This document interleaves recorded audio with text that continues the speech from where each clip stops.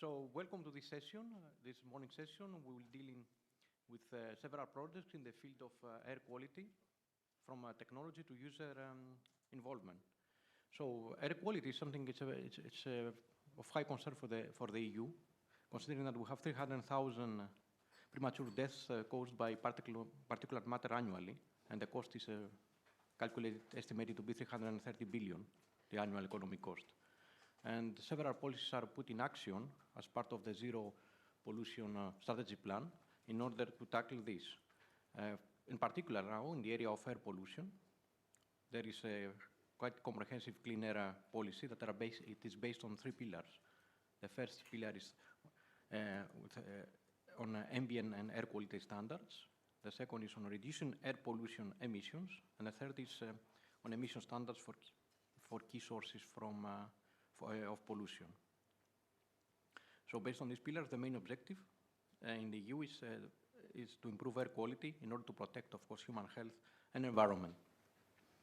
And these policies aim directly now to reduce the number of premature deaths and sicknesses that are caused by the air pollution, but as well to reduce the pollution pressure on ecosystems and biodiversity. And one of the most specific policies on this is the revision on air quality directive, which actually the proposal of the Commission is quite recent. It was published on the 26th of October 2022, which is part of the European Green Deal. And in this proposal, the Commission aims to revise the ambient air quality directives, which are several directives that are from the beginning of this century with different dates. One of the main, let's say, goal of the revision is to align the air quality standards more closely to the recommendations of the World Health Organization. For example, the annual limit of particulate matter 2.5 is going to be reduced by more than half. Besides this, there is another directive that's already in force from 2016. Is the directive on reducing emissions of air pollution, and actually, it states several commitments on reducing 5 types of pollutants by the member states, and these pollutants are sulfur dioxide, nitrogen oxides, non-methane volatile organic compounds, ammonia, and PM 2.5. And the member states are asked, based on this directive from 2016, to report and monitor on an annual basis these pollutants, as well as other pollutants that they are listed in the annex of this directive. So what I would like to say is that there is heavy legislative activity and regulative activity on this area, and projects are that have been funding through Horizon 2020 and Horizon Europe are supposed to complement and let's say help these actions. Without further ado, I would like to introduce then the first speaker, which is Dimitrios Kontsis, who has a PhD of mechanical engineering from Aristotle University of Thessaloniki, and who is going to present the first project, which is a project DIAS. So, the floor is yours.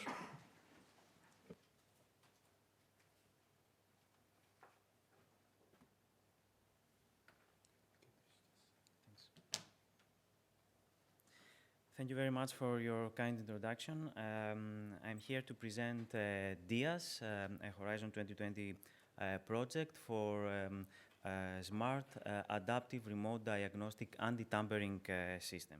My name is Dimitrios Kontsis from LAT, the Aristotle University of Thessaloniki. In DIAS, we were in total 11 partners with various competencies. We had expertise on testing, on OBD, OBM, diagnostics, IoT, security, and finally policy legislation, which is also the final outcome of this project. Our activities have been recently completed in October 2022 after a short extension compared to the initial plan. If we try to say a few things about the problem, and if we use the example of NOx emissions from a diesel vehicle, from a diesel passenger car, we can say that As an average, the fleet, the Euro 6D vehicle fleet, is 20 to 30 milligrams per kilometer, and this is mainly due to and thanks to the development of effective environmental protection systems. The problem is that with tampering, and the tampered vehicles can have more than 10 times higher emissions. And if we consider the number of the tampered vehicles, which can be estimated up to 10% for Euro 5 and Euro 6 vehicles, we can simply understand the issue and how important it is for air quality. Finally, if we have a look on the future, we can say that for some scenarios, based on some recent studies, we can have up to 60% increase of NOx levels for 2040 if we simply have just 1% of tampered vehicles. So the problem is very big, and what we did as DIAS Consortium was to try to find some solutions in terms of protection, detection, and reporting in order to make tampering unattractive, economically unattractive, because the main motivation is the financial topic behind this for mainly the owners. So we worked in 4 main objectives. We started with a market and risk analysis. We continue based on this analysis and the requirements we identified on the development of some targeted anti-tampering solutions. We demonstrated the success of these countermeasures. And finally, we proposed some guidelines for the future legislation. We will have a deep dive on all these 4 objectives in the next slides. Starting from the market and risk analysis, here we identified 3 main steps: the security analysis of the vehicle, the market analysis of the available tampering devices and services, and finally we did some targeted testing on this device in order to better understand how this system works and which the vulnerabilities are. In terms of the first, the security analysis, we based on a TARA and a threat assessment and risk and analysis based on the available SAE standard back then, and we identified the threats and the impacts in the systems. We specifically introduced the financial motive in terms of threat and the environmental impact in terms of impact level in this analysis, because these are 2 main key elements for the tampering issue. Then we did a thorough analysis of the market, and we identified the motives and the tampering systems. So more or less you can see here that every main component in the environmental protection systems of the current vehicles are affected by tampering, but the main issue is on the SCR tampering for NOx emissions and DPF tampering for PM emissions. There were some EGR and 3-way catalyst tampering in the past, but this is not the case anymore due to already applied solution in this area. As you can see, the main motivation is the cost, either to reduce cost of urea, for example, for the SCR, or the cost of replacing some malfunctioning parts. Now the solutions, the tampering methods that are used by the tamperers. It is mainly the ECU reprogramming, so reflashing or changing the software of the ECU. The emulators, some devices that can actually provide manipulated signals on the CAN framework, for example, in the vehicle, and this is quite low cost in this case. And finally, the modifiers, which is a subcategory, I can say, of emulators, similar effect than the emulators. But we need to highlight that the main problem is the ECU reprogramming, both in terms of effectiveness, but also in terms of non-available methods to identify this easily. For example, in roadside inspection, it's not really feasible to identify the ECU reprogramming issue. And finally, we did targeted testing. We tested in total 42 tampering products. We started from desktop testing in order to have a first view of the working principles, and we continued on-road and chassis dyno testings. In this case, at the end, we determined the vulnerabilities of the system for each of these techniques that we identified. And also we measured the impact of emissions because it was really important for us to quantify the problem in terms of effect on emissions. At the end of this activity, we categorize all this that I just explained in order to create the requirements for the solutions that we developed in the future. Which systems are affected, which components, the methods, the vulnerabilities, and also the three categories of solutions: diagnostic, security, and reporting solution. We will start with the solutions now. We identified that it's really necessary to have a framework of solutions and not only specific solutions. So we started from conventional solutions based on the current technology in order to deal with the current tampering, and we continue with more advanced technologies and techniques in order to deal with future tampering. And here we can see also the role of the cloud, let me call it like this, in order to have the the reporting of tampering. It's really important to highlight that we also investigated methods and means to deal with tampering attempts in the future, and not only based on the current market. So we did some security analysis and some scenarios for future tampering. If we have a quick look on the solutions, because this is only the categories of the solutions we identified, we can see that for the diagnostic solutions, we mainly developed monitoring and plausibilization solutions, plausibilization of signals solutions to diagnose issues in all of the on the environmental protection systems. And also we introduced the tampering probability. This is a method and a number that we used in order to evaluate the probability for a vehicle to be tampered or not. In terms of security solutions, we developed component security solutions, communication security, and also intrusion detection and firewall. This is just, as I said, the categories of the solutions. And finally, reporting solutions. We think that reporting of the status of the vehicle and whether and which is the probability of a vehicle to be tampered with its systems, it's equally important with diagnostics and security solutions. That's why we insist a little bit on these reporting solutions. We need to say, of course, here that we do not require a separate reporting solution, but this can be part of, for example, OBM reporting in the future vehicles.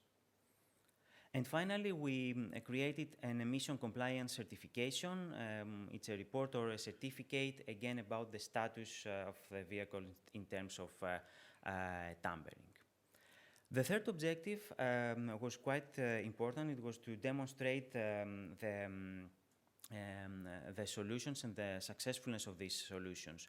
We did internal verification and validation of the systems we developed, but also external hacking events. So we invited white hat hackers, ethical hackers, to analyze our systems and our solutions in 2 hacking events organized during the project.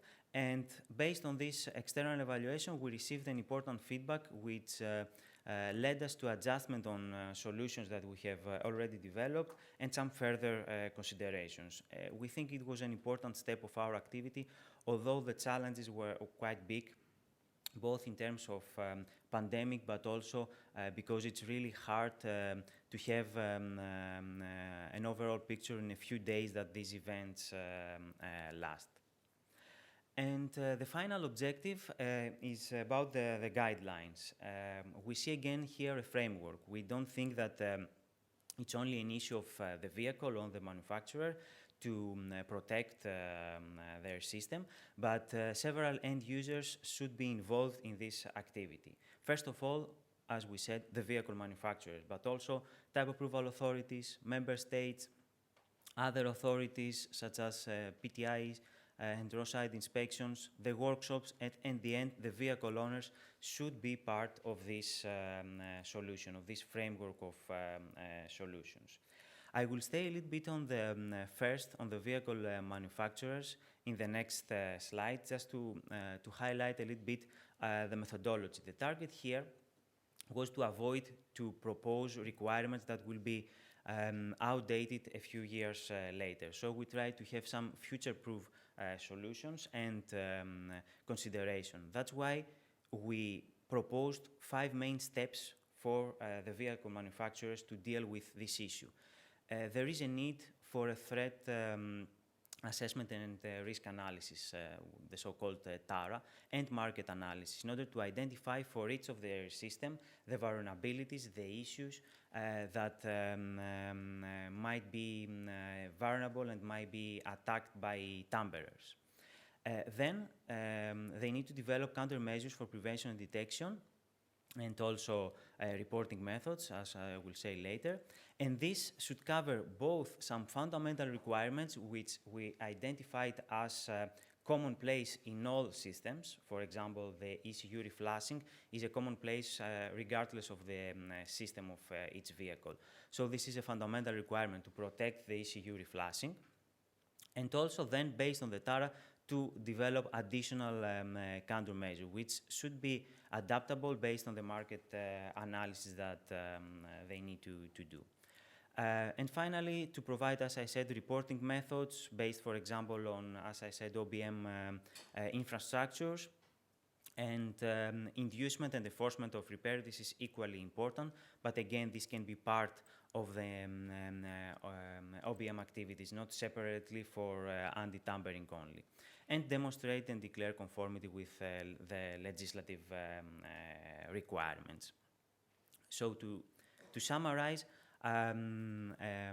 we can say that as a final step, we also did an impact assessment here in order to see both the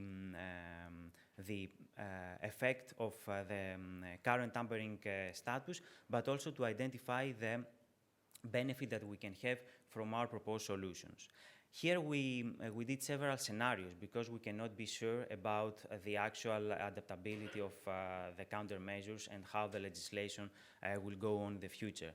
That's why we did some scenarios for the maximum theoretical benefit that can be gained if, for example, we have 100% effectiveness on the anti-tampering legislation, but also we did some intermediate scenarios just to be on the safe side and understand which can be the actual benefit in the future. And if we summarize the project impact, we are really glad that we have already seen many things of our activity and our project to be in the discussions for the next regulation. For example, here we have the Euro 7 activities.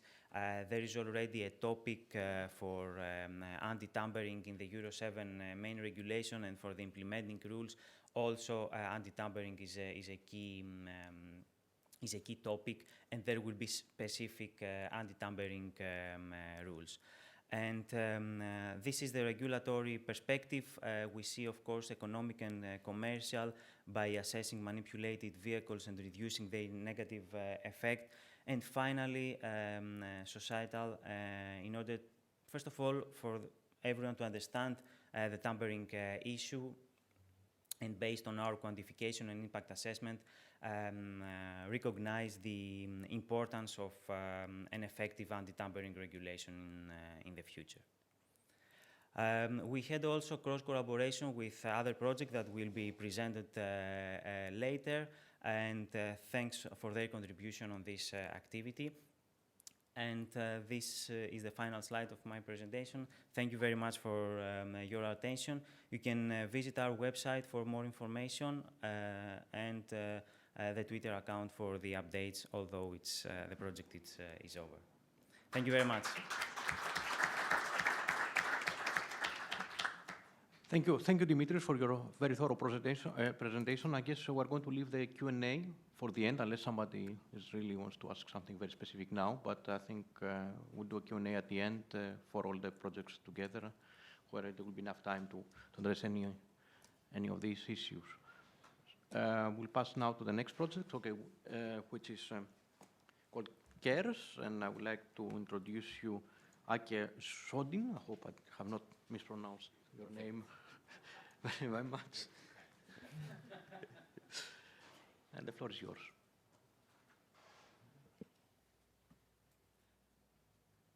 Thank you very much for this kind introduction. I would start saying that CARES, this acronym was formulated 6 years ago, and it was maybe in another context than we are today.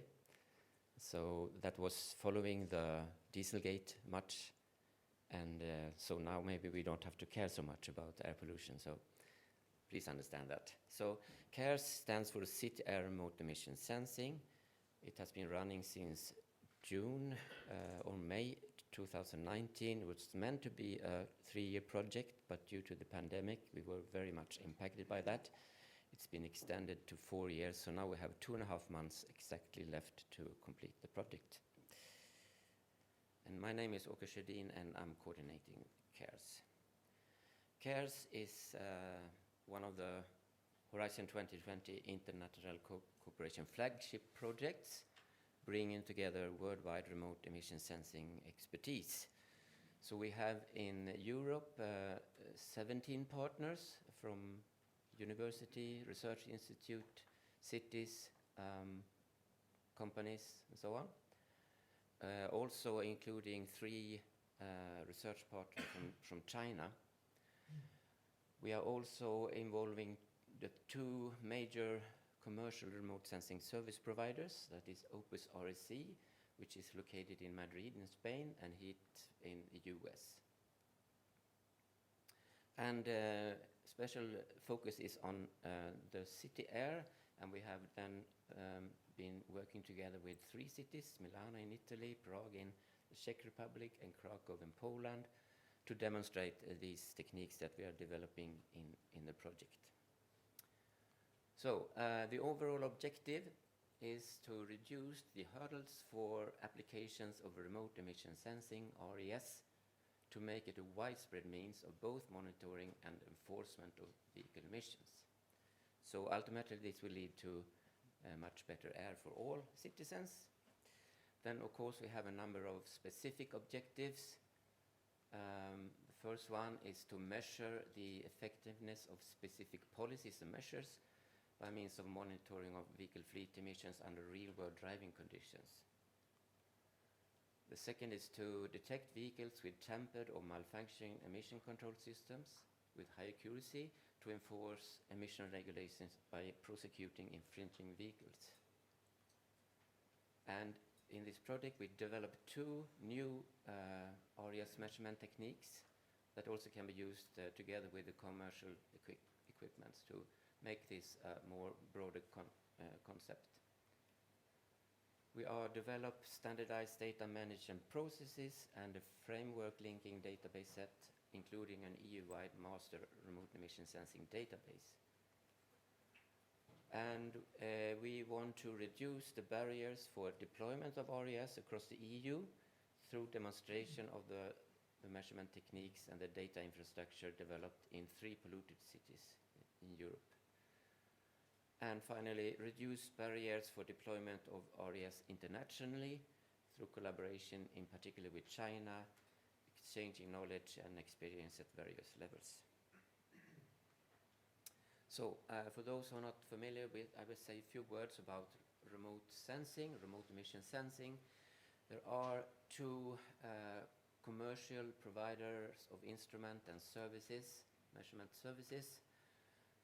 Opus RSE relies on the original remote sensing technology developed at the Denver University in the late 1980s, and it's been around, I would say, in applications in the US, in their inspection maintenance programs since the last 25 years or so. And it works principally that you submit an IR and a UV beam across the surface at the height of the tailpipe, and you measure the concentrations of the exhaust pollutants from in it each individual car. You have a video camera that takes a picture of the license plate. You have also speed, acceleration measurements, and data processing is occurring in a computer with a video display. So the thing is that you measure snapshot emission measurements of a large number of vehicles. You can measure maybe up to 5,000 cars a day on a busy street. Then you have the EDAR, which is newer. It's principally much the same, but this measures the plume vertically, and it uses laser sensors. Sorry for that, for the measurements. And in CARES, we have recognized the limitations of the commercial remote sensing techniques, so we're trying to develop improved techniques to measure NOx and particulate matter mainly. We have one technique called plume chasing, that is that you install the instruments in the trunk of the car and you follow the vehicles for 1 minute up to 15 minutes and measure the concentrations in the plume while the vehicle in front drives by.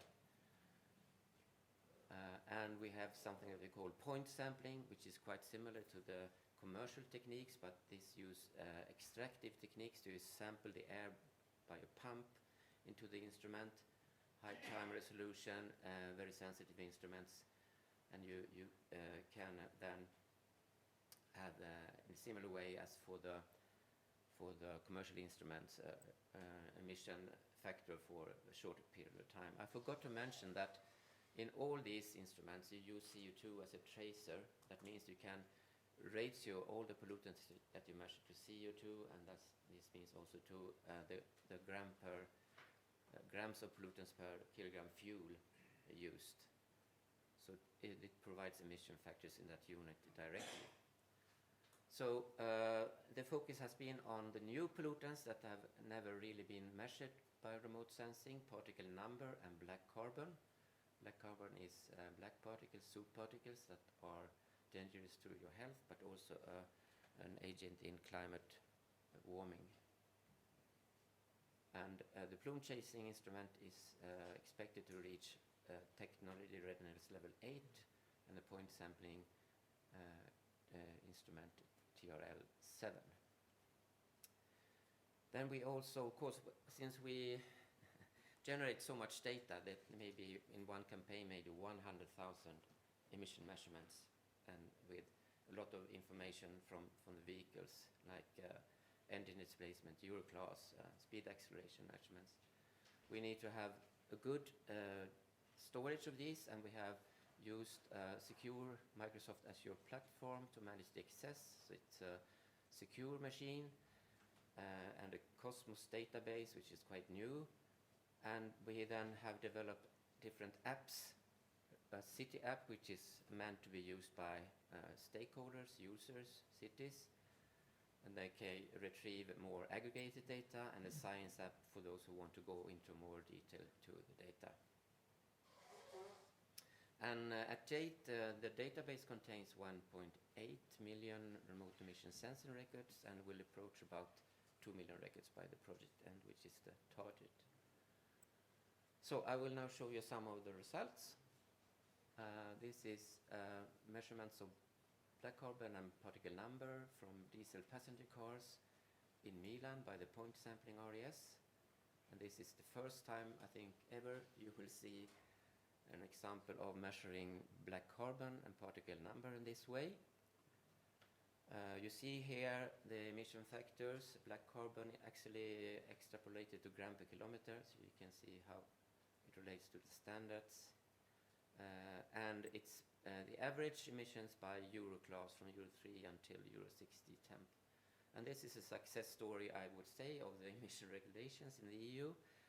You can see the red crosses here representing the average emissions have gone down very much with Euro 5 and Euro 6 especially, both for black carbon and particle number.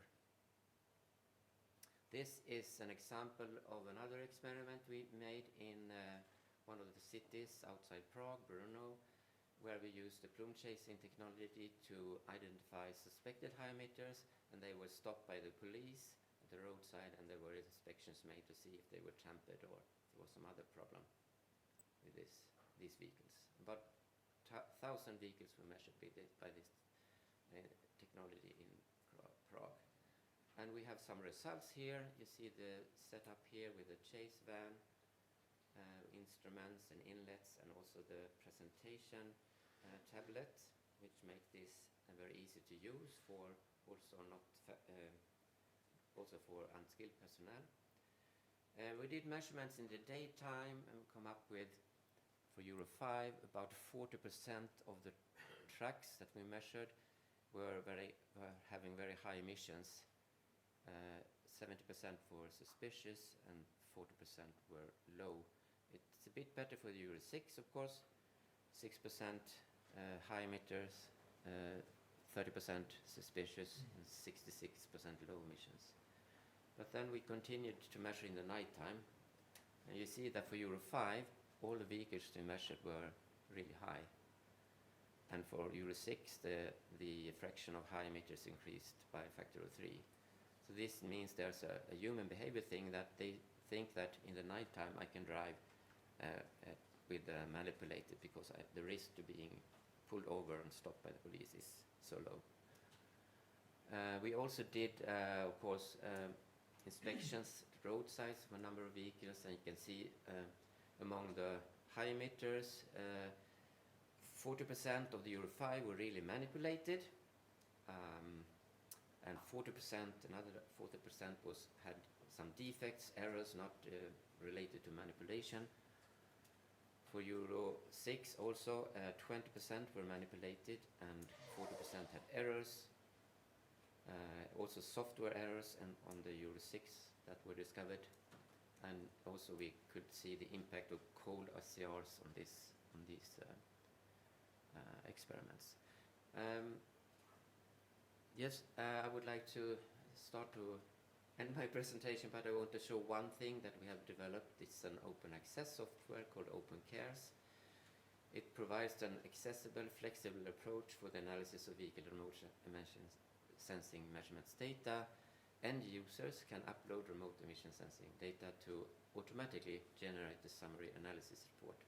This is just an example shown here, a plot from showing the average NOx emissions for a diesel passenger car fleet divided into the different manufacturers, where the highest emitting manufacturers emit maybe a factor of 2 or more than the best performing ones. So this is something that will be an open source thing that you can use. And I would like to finalize now with what we have achieved so far, because we still have a few months left of the project. We have improved the accuracy of measurements of in particulate matter, particularly black carbon and particle numbers have been measured for the first time. We have improved detection of high emitting vehicles, both heavy duty trucks and light duty vehicles. We have lower cost of remote emission sensing measurements and data summary results analysis, facilitated the use by unskilled personnel to achieve a broader deployment potential. We've also supported local air quality plans and management, for instance by designing and implementing low emission zones in a few cases. And we have also established a novel and proper remote emission sensing data infrastructure. So if you want to learn more about CARES, we have a website. We are also active on social media, Twitter and LinkedIn. And yes, that's all for me. Thank you for your attention.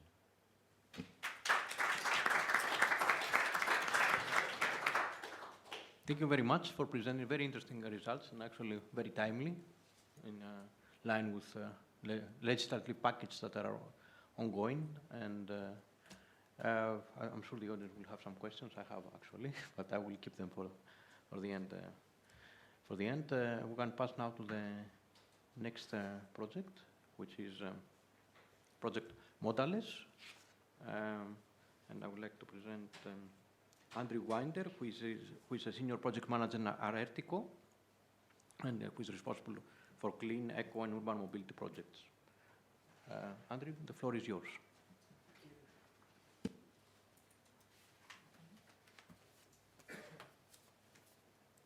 Thanks very much. Merci.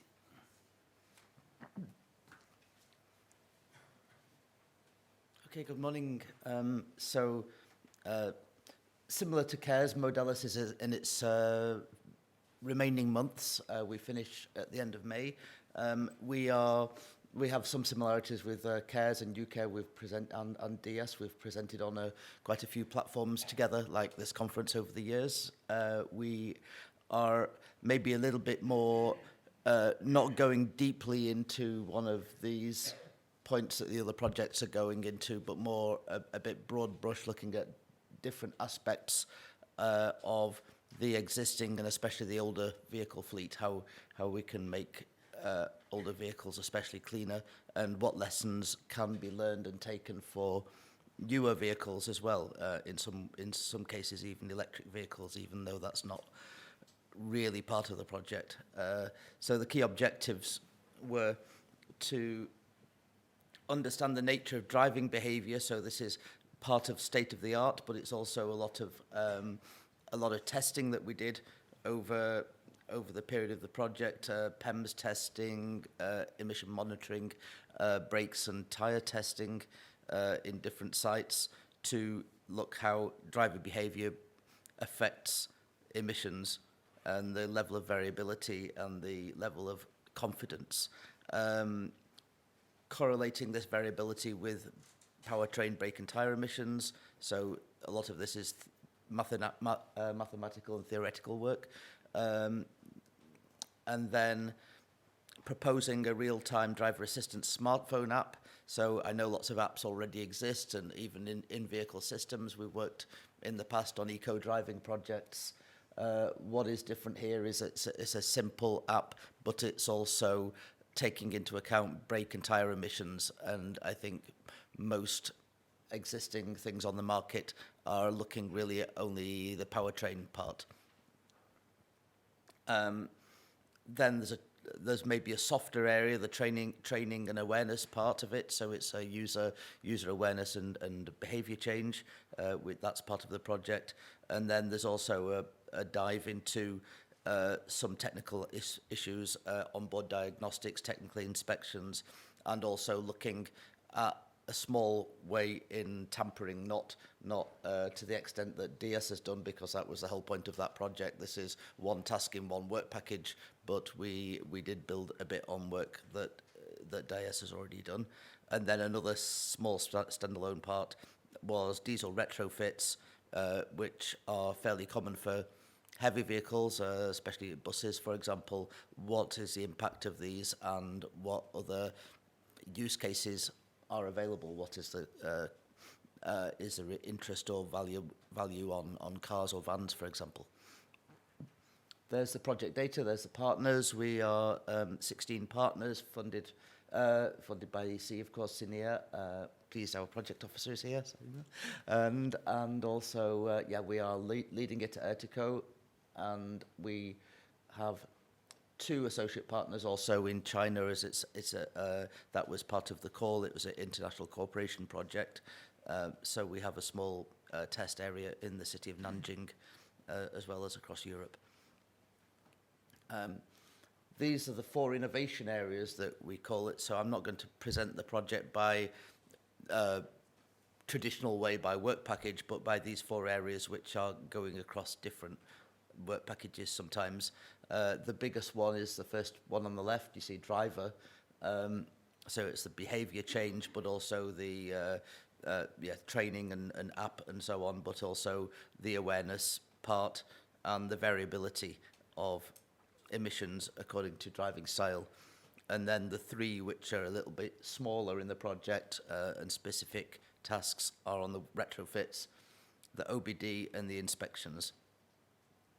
So I come on to the driver one first. So we did a lot of background work, which I presented at this event last year, which I'm not going to go over, but we, for example, to get driving behaviour KPIs, performance indicators for powertrain, brakes and tyres that you see here, we ended up with a a ranking that you can see. For example, if you can't read it from the back, it's powertrain is on the left, and the number one performance indicator is what we call driving aggressiveness, and that's the percentage of time in acceleration of over 0.9 meters per second squared. And then there's average acceleration in the second place, percent of time in the speed interval of 20 to 50 kilometers an hour is the third, because that's polluting more than other speeds, than average speed, and so on. And then in braking, for example, on the top right, you have deceleration rate of braking, average deceleration rate, braking distance, and so on. And these all came from a lot of testing. For example, we had a portable emissions monitoring testing in the Helsinki area of Finland, which involved 15 drivers driving 6 different cars, each one twice, on a 31-kilometer long control test, taking in lots of different road types from rural, urban, motorway, and so on, and measuring speed gradient, the effects, the differences between the cars, but also between the drivers driving the same car and the different cars. So there were diesel cars, petrol cars, around the Euro 6 level, 2015 to 2019 registration. And then there were brake dynamometer testing done by brake manufacturer Brembo in Italy. We had tyre mass loss analysis over a period of 6 months in cities in Italy and Greece from taxi fleets by our tyre manufacturer partner Bridgestone. So there was a lot of background work that came into this, and this is all shown in 2 key deliverables on powertrain emission methodology and correlation of user behaviour. They were done about a year ago. Then onto the softer side, we based on these rankings, we developed low emission driving guidelines. Obviously, many of them are maybe a little bit stating the obvious, sort of don't drive too fast, this kind of thing. So we had to convert them into simple messages that people could use. And then we developed driver training videos. The training was originally, we thought of maybe having it one-to-one or face-to-face, but of course this project, like all the others, happened in the middle of COVID, so we developed online tools, and we have about a 15-minute video for car and professional drivers in different languages, which we are now using, or we have used in many cases, as part of a before and after trial study. And this is complemented with an awareness campaign, which is on a lot of social media. We have a lot of automobile clubs around Europe that are propagating this on their own internal media in different languages, and there's a summary on the website there of the project. Then the driver app is a fairly simple thing that gives an interface that you can see on the bottom going from green to yellow to orange to red, according to how well or how aggressively you're driving. So we don't want to distract drivers with lots of information when they're driving. The number one priority has to be safety. So it will give you just, you can just see your phone if it's on a smartphone holder, if it's going green or yellow or red, and that is the sort of the immediate feedback based on. There was a scoring algorithm based on all of these indicators that goes into the app. So there's a lot of work behind it. It's not just a black box. And then after the trip, there will be passive recommendations, which will maybe give a bit more detail and information to the driver. So this is based on phone sensors and also OBD data. So the app is connected to an OBD dongle that is fitted to the car, and this is being trialled at the moment in 7 sites around Europe with drivers of different petrol and diesel cars, also some fleet operators. We had a bit of a delay on some things because we have to upload, when you have to upload an app to Google, for example, on Android app, yeah, we learned a lesson that Google do take a long time over legal issues, and and you can't get it straight away. So we did have this thing. iOS was a bit faster for people who have Apple phones. Then another part of the project was on retrofits.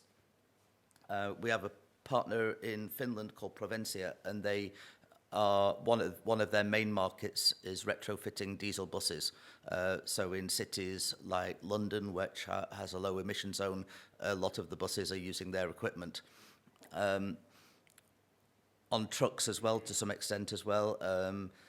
What they did is they fitted retrofit technology to a light van, a Mercedes Sprinter van, and tested it, and it did give an NOx reduction of 51 to 65%, high efficiency. It was technically successful, but they also did a market analysis, and the thing is, there's not really much of a market, especially with cleaner vehicles coming online, with electric vehicles. So for cars, there is not even any interest. You need to have something that is, I mean, the equipment, which is down here, it needs a higher floor vehicle. It needs a bus or a van or a truck. It wouldn't go on a car.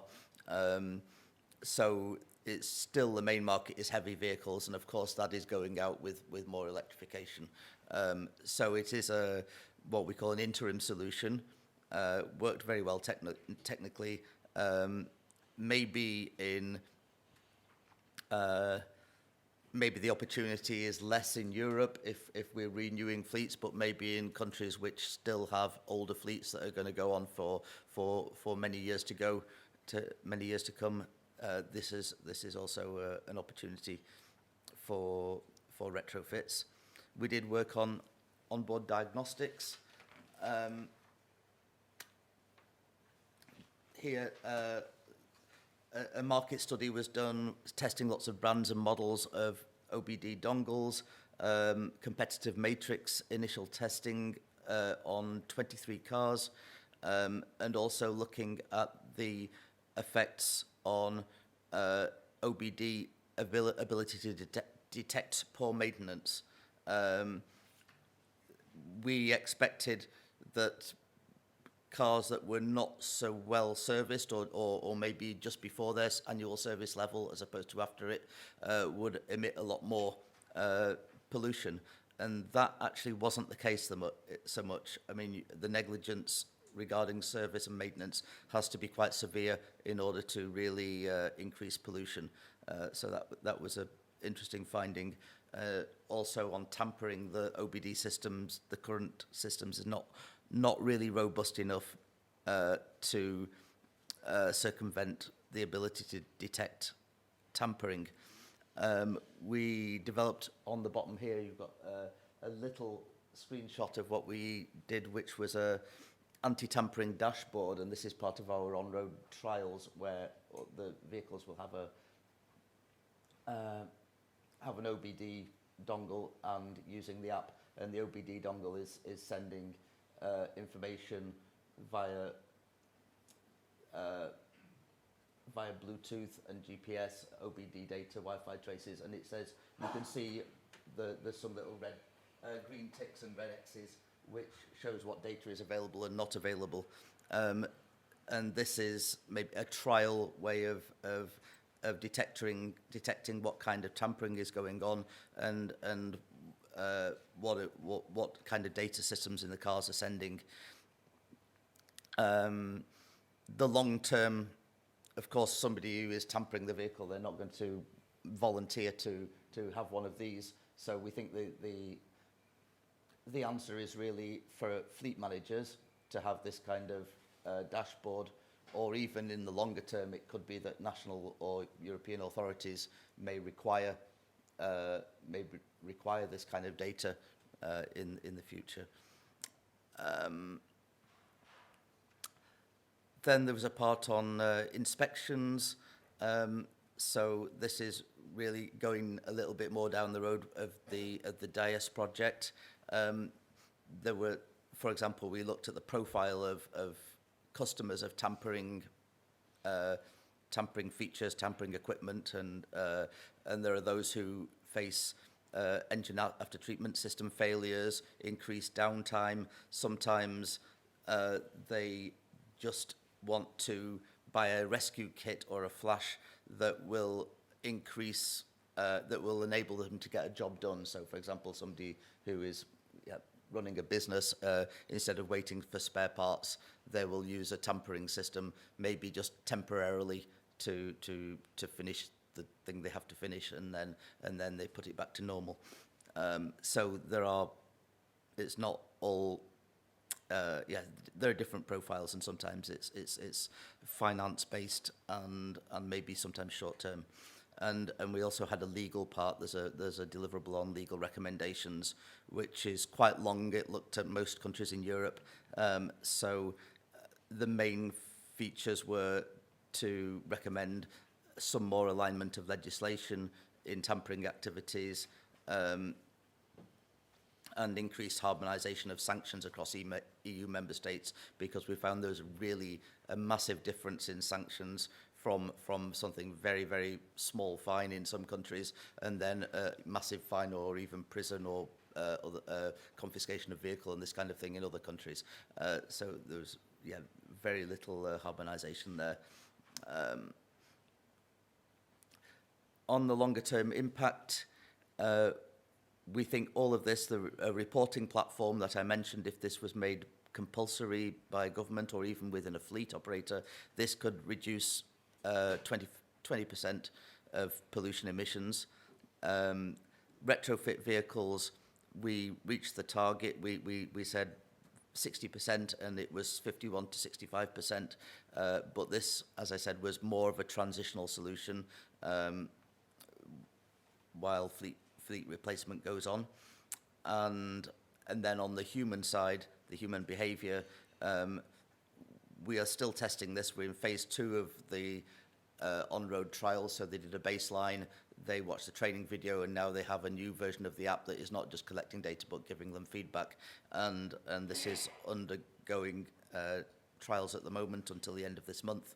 And we are expecting to get a 5 to 10% reduction of emissions on average. Of course, this depends on the persons, on each individual, on the type of vehicle, how good they are to begin with, and also how much they keep up the low emission driving guidelines, and maybe a very simple app or something in the longer term that is integrated into the vehicle that goes different colours according to how aggressive they are driving. That can help remind people or nudge people in the right direction. Then electric vehicles is not part of Modalis, but we would look in the exploitation part, which we are doing now, which parts of Modalis outcomes could be applied to EVs in the future. This could be a different project, but this is, we want to look to the future as well. Obviously, even with zero powertrain emissions, there will still be brake and tyre emissions, especially with electric vehicles being heavier on average. So the next step, we are finishing the trials in 7 countries to validate the app.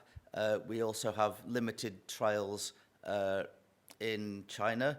I say limited because we wanted to try this app in China, and then, of course, with the Great Firewall of China, things like Google are not allowed, and the sending of data to our server in Luxembourg from China would also be illegal there. So we had to comply with the national laws in that country.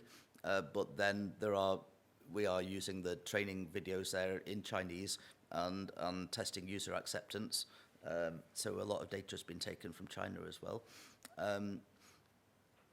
The analysis and impact assessment is ongoing, so that we are having the trials done by people of different genders, age groups, driving experience, and we'll see what the most promising cohorts are, and also their feedback and user acceptance, and then looking at the possible long-term impacts, and then also disseminating there is training material which will be made public after the trials, and we need to target recommendations to the right people, because like all projects, if you have a load of legal recommendations but nobody reads them, they're no use. So the next step is to target national authorities, type approval authorities, fleet operators in terms of driving behaviour, and make sure that the results are used in the longer term.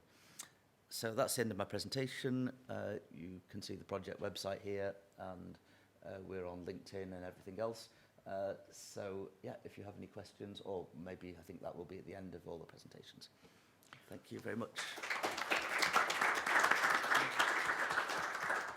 Thank you, Andrew, for this very detailed presentation that aptly complements actually the two previous projects. And we can pass now to Rob Köllenare, if yes, who is going to present project uCARE, which is again it focuses again on driver behavior.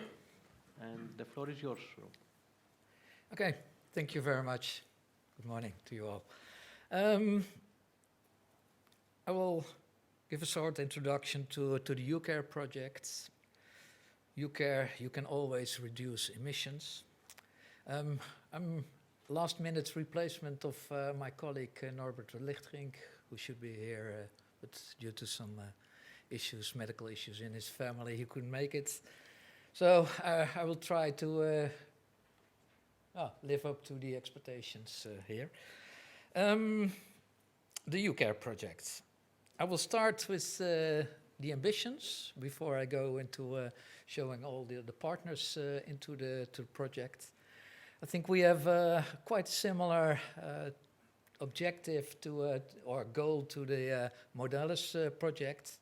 We're also in uCARE looking at the existing fleet. We all know the fleet is getting cleaner and more fuel efficient by replacement of and entrance of new cars into the fleets, but we all know this is going very slowly. By 2030, I think still 75% of the current fleet will be on the market. So if we want to improve air quality, reduce fuel consumption, reduce CO2 emissions, there's definitely a need to also look at the existing fleet. And uCARE project in this respect is rather ambitious. We want to reduce the overall pollutant emissions of the existing vehicle fleet by providing vehicle users with simple, insightful and effective tools. And we also want to give the support to stakeholders that are interested in local air quality, to hand them intervention strategies that can lead to the desired user behavior. What's different from most other projects, and I think also from partially from the MODALES project, is that we want to step away from generic advices more to personal advices. We want the advice to be linked or adapted to the vehicle. That's the actual vehicle and the actual driving behavior of the driver.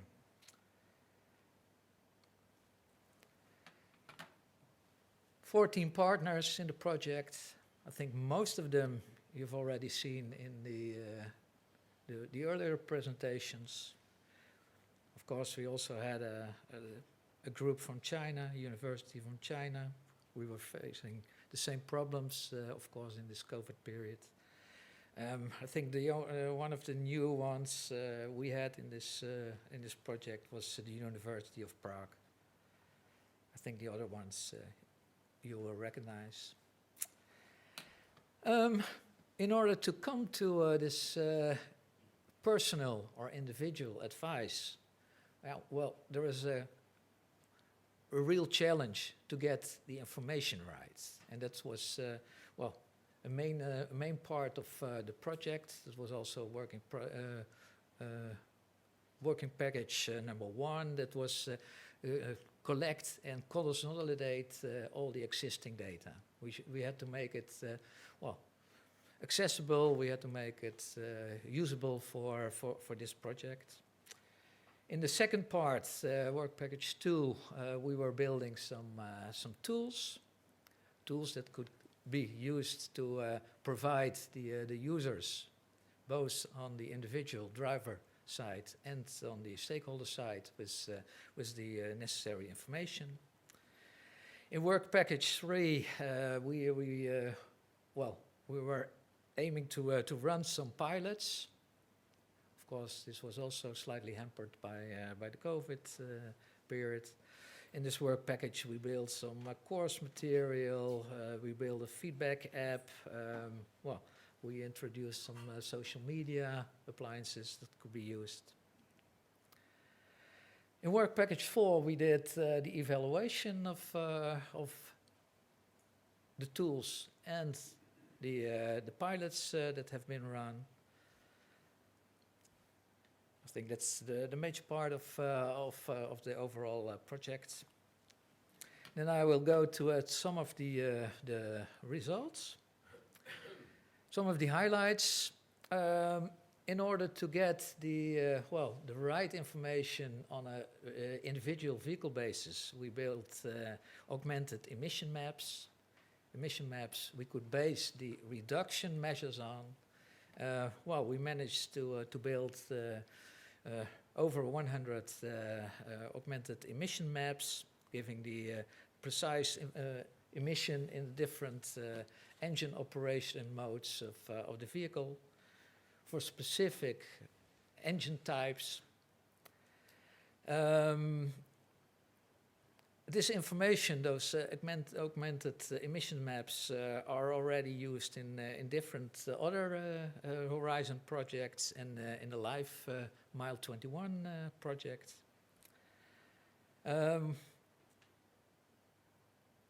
We have a beta version of this augmented emission map based driver tool available. We formed some focus groups. We ran some pilots. The YouTube movie that explains what the project is about and what can be achieved with it is available. And of course, as I said, due to COVID, we had some delays.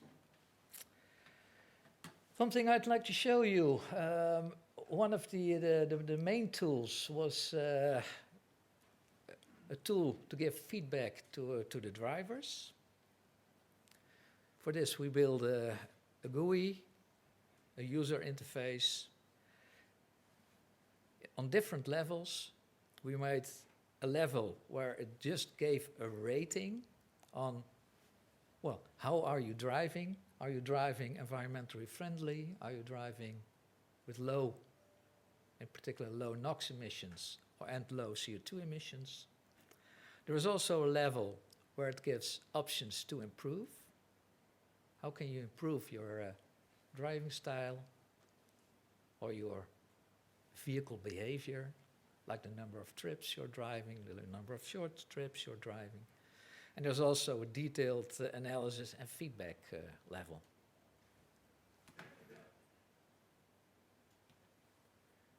So people that are in this tool can even see the last trips or all the trips they made and what the score was in those trips on both NOx and CO2.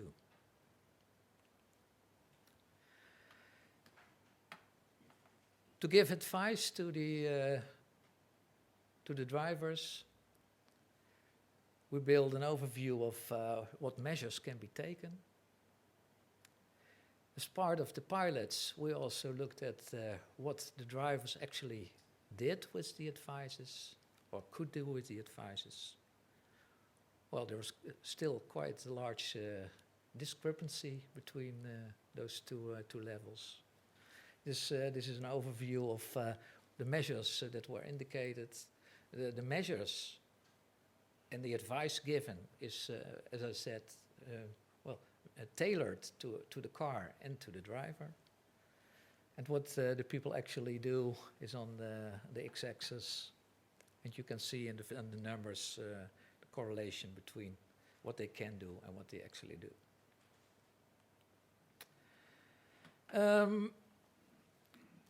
This has also been applied to local situations. What could the individual advices and the improvements, the reduction measures bring in real-world situations? Oh yes, I was wondering what city this is, but it's on the screen. It's the Zurich area, the Zurich center, where you can see that. We did for those cities where we did an analysis for 2 levels of scenario calculations. One was the most likely application of the reduction measures, and one was the best case. And this is showing the differences between with the baseline scenario, so the improvements that can be achieved with the measures that were advised with the uCARE tool. And you can see that in the most likely scenario, there are differences of a couple of micrograms per cubic meter. For most countries, for most air quality hotspots, this is quite an improvement. And if you take the best case, it could be even more, exceeds 5 micrograms per cubic meter, for in this case on the NO2 concentrations.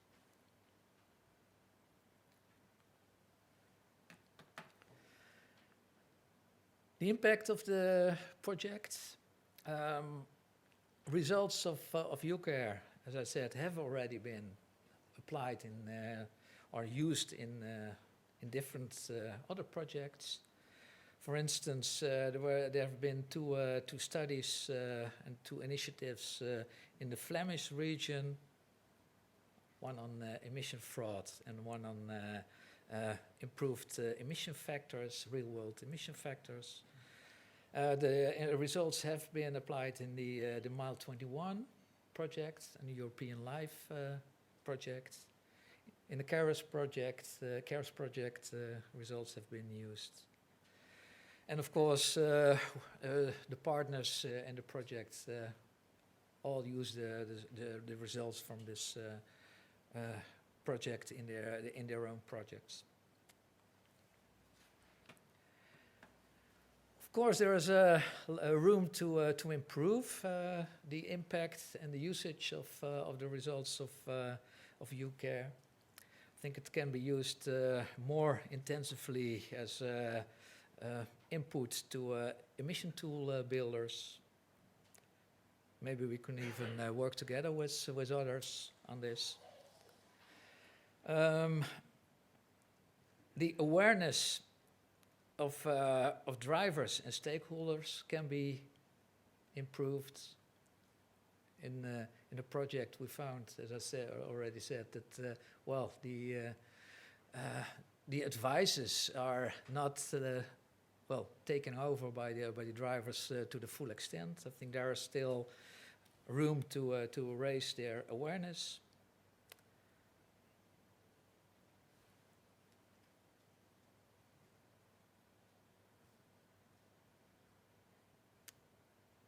Yes, I think that's more of the same I already said. So, yeah, I think this was the last slide. Yes. Thank you. Thank you very much, Rob, for your comprehensive presentation and of another project that has, as we say, synergies with previous projects, which seems to be on the right direction. And now I'll pass the floor to our last speaker, Tony Tatou, who is a mechanical engineer with a PhD from Polytechnic in Orléans, and who's currently working, from what I understood, in Peugeot Citroën. No, IFP. IFP, okay. Yes. IFP. We're going to present the next project, which is called PHOENICE, and the floor is yours. Thank you. Good morning. So PHOENICE is for plug-in hybrid vehicle towards zero emissions and ultimate internal combustion engine efficiency. We are 8 partners from 4 different countries. We are not numerous, so I can go through all partners. IFP as coordinator, Centro Ricerche Fiat, Stellantis, FEV, Germany and Italy, Johnson Matthey, Marelli, Polytechnic di Torino, Garrett Motion, and Inextenso. This project started in January 2021 and will last to June 2024. According to European Fit to 50 proposal, CO2 emissions should be reduced by 55% by 2030 compared to 1990. In this context, plug-in hybrid vehicle is seen as a very interesting short-term solution in order to reduce the CO2 emission and to achieve this objective. The objective of this PHOENICE project is to demonstrate the maximum potential of a plug-in hybrid vehicle optimized to reduce CO2 emission and other regulation pollutant emissions in real driving conditions. So the maturity level will be TRL 7.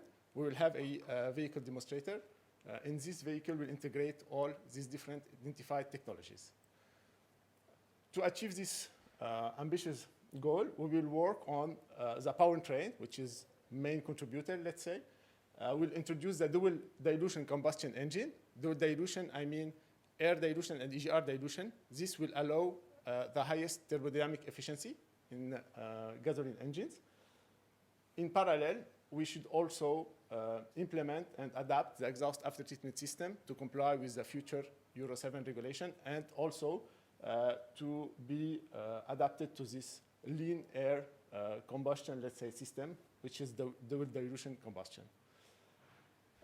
Once we introduced the different technology bricks, we should also review the global control of the vehicle and optimize the global efficiency of the vehicle. So this also was worked. And finally, we investigated 2 different waste heat recovery systems in order to enhance the global efficiency of the vehicle. The main objective of, in terms of fuel consumption will be 10% reduction with respect to the actual state-of-the-art gasoline vehicle plug-in. It's a Stellantis vehicle. We have started with a simulation. So based on this vehicle, we have adapted our model and introduced these different technological bricks and do a first calculation, numerical calculation, in order to see if the objective is the same order of magnitude of what we'd like to achieve. And at this those are the first results. They were done at the first stage. So a lot of assumptions were done here because, as you can imagine, we don't have yet all the experimental results from the different investigated technological bricks. However, the most interesting result is that we have the same order of magnitude, which is 9% of CO2 reduction. And also, in terms of pollutant emission, we have HCCO and NOx. We can achieve the target. Just one remark regarding NOx emissions. We were able only to achieve this target by adding the electrical heated catalyst. However, this electric heated catalyst will be considered and will be integrated on the vehicle. So once we have done this first, let's say, simulations, the next step was to work on the powertrain. First brick is to optimize the combustion system. And when we are talking about dilution, of course, it will enhance the global thermodynamic, let's say, efficiency. But one of the drawbacks is the combustion duration. In order to compensate this combustion duration, we have introduced a new Swamble motion. It's aerodynamic behavior that allow to reduce the combustion duration and increase further the thermodynamic efficiency of the engine.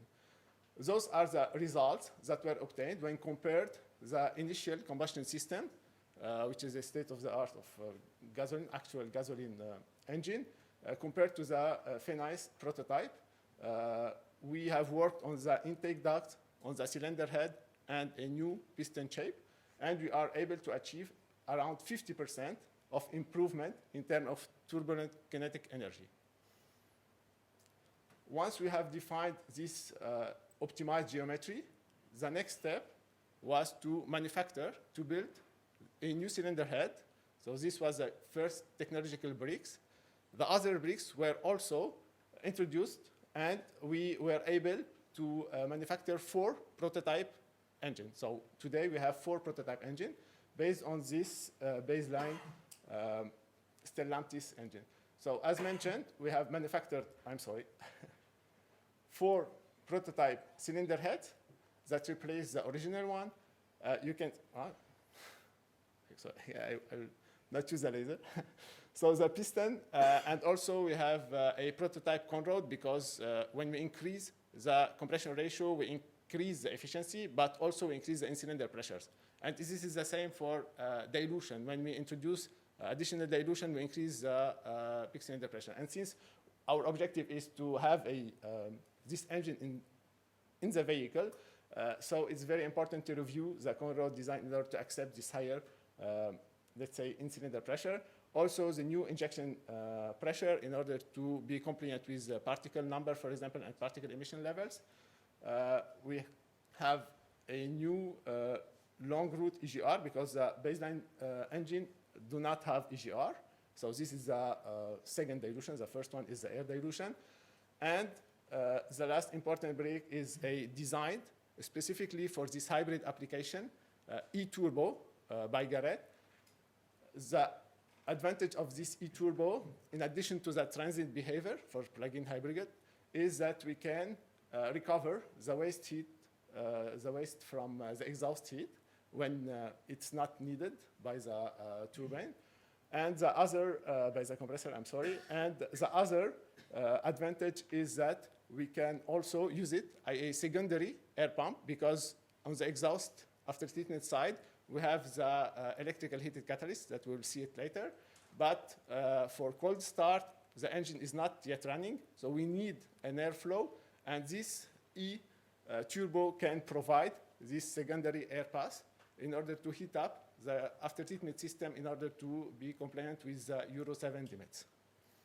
So this is very important.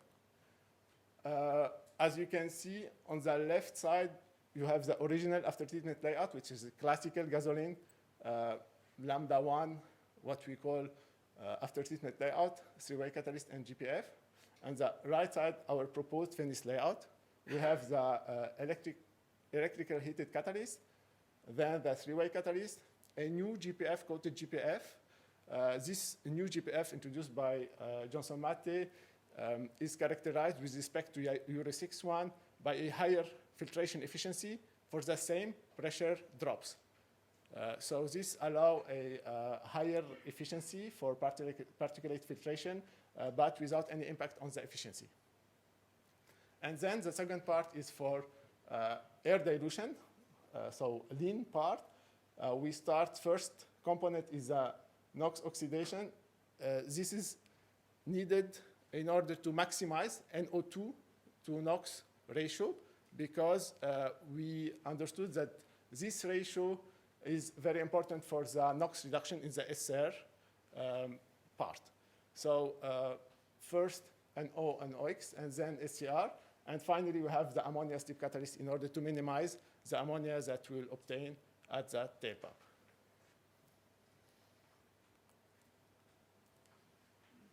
Finally, in the exhaust line, as mentioned before, we have identified 2 waste heat recovery systems. The first one is the exhaust heat recovery system. It's from gas to coolant exhaust recovery system. These both were designed and manufactured specifically for PHOENICE project by Marelli, and they were tested at Marelli.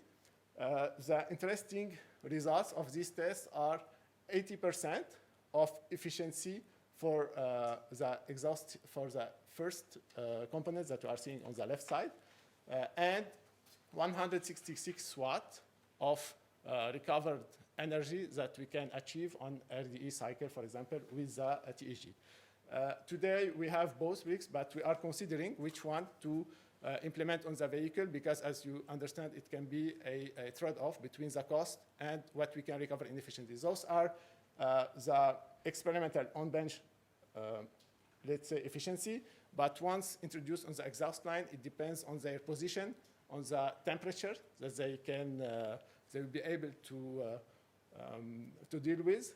The efficiency will be different, and this is something we are doing now in terms of consideration.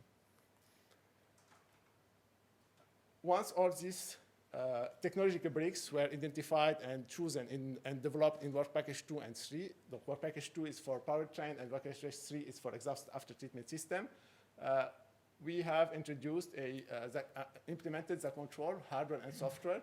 So it was done mainly by FEV with the support of Stellantis. And the first application was the engine that is running actually at IFPEN for steady state, for thermodynamic, let's say, efficiency in steady state conditions. We were able to manufacture, as mentioned before, 4 different engines. First one for IFPE for thermodynamical tests. The second one is at Polytechnic Torino for transient behavior. And the third one will be on the vehicle, hoping that we'll not need the fourth one because it's a spare one. Here I would like to illustrate only some few results on the engine test bench with all these technological bricks with this engine. I'm illustrating here only a part load operating point, which is 3,000 RPM 7 bar. On the first graph, we can see the delta in terms of brake thermal efficiency with respect to the baseline vehicle as a function on the X line, the uCARe dilution rate. And the different colors stand for different lean dilution. So lambda 1, we are at stoichiometric condition. We don't have is classical gasoline. And going up to the purple one, which is lambda 1.43. What's interesting to see is that we have more than 4% of absolute efficiency gain with respect to the baseline. This means that we are higher than 10%. Why? Because the classical efficiency on this point is around 30-35%. So if you add 4%, you achieve 39%. You are more than 10% in terms of increasing the efficiency. At the same time, we can see the effectiveness of uCARe dilution on the second graph on the NOx reduction. Those are the results for first operating point, and today we are doing more operating point at IFPEN. So the idea is to have the global picture of all engine map in order to see the global, let's say, results if we are on 10% or not in terms of reduction. Anyway, this illustrates that we are on the track, and we have the same order of magnitude. To conclude, the expected impact is a reduction by 10% again for a plug-in hybrid vehicle on a really driving condition. And of course, while complying with the more tightened emission limits, which are Euro 7 compared to the actual plug-in hybrid vehicle one. We will also consider, I didn't have the time to mention it, but we will also consider a wider range of electric vehicle, electric driving time, which will be 80 kilometers rather than 50 kilometers, which is the actual one. This will be done once we have validated our vehicle model by modelization, so by modelization of a bigger battery. Thank you for your attention.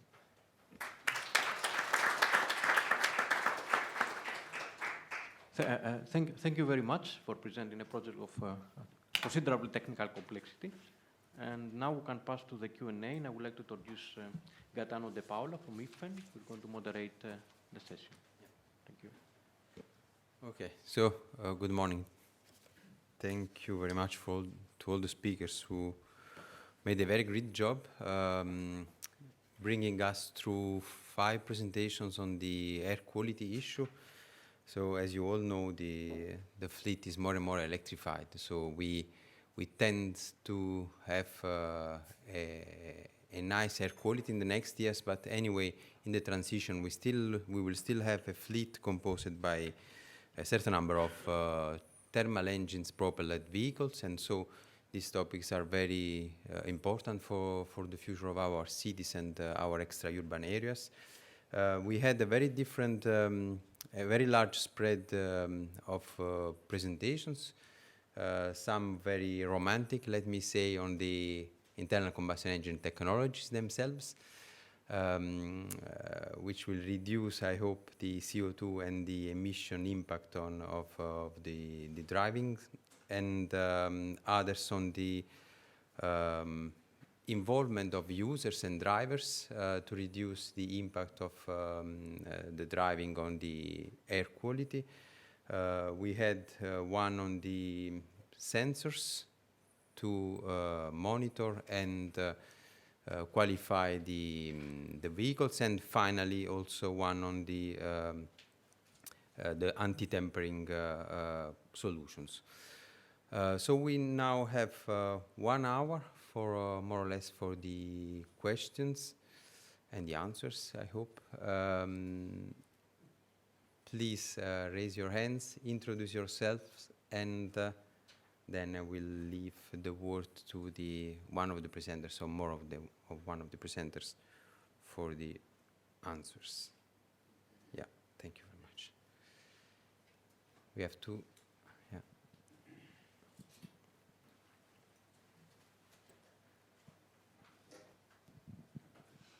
Stefan Neugebauer, BMW. I have a question for the uCARE project. You showed a simulation for, I think it was Zurich, the city, where you compare the actual air quality level with a potential improvement by using or by changing the driver behavior. Maybe I missed it. What do you think is the maximum what could be achieved by changing the driving style? You mentioned something around 5 micrograms improvement. Does this mean that the overall improvement, the leverage effect, is less than 10% or whatever? Thank you.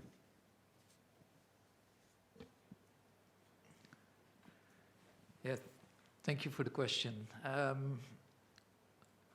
think you're right. The overall impact is roughly, well, a maximum of 5 milligrams per cubic meter.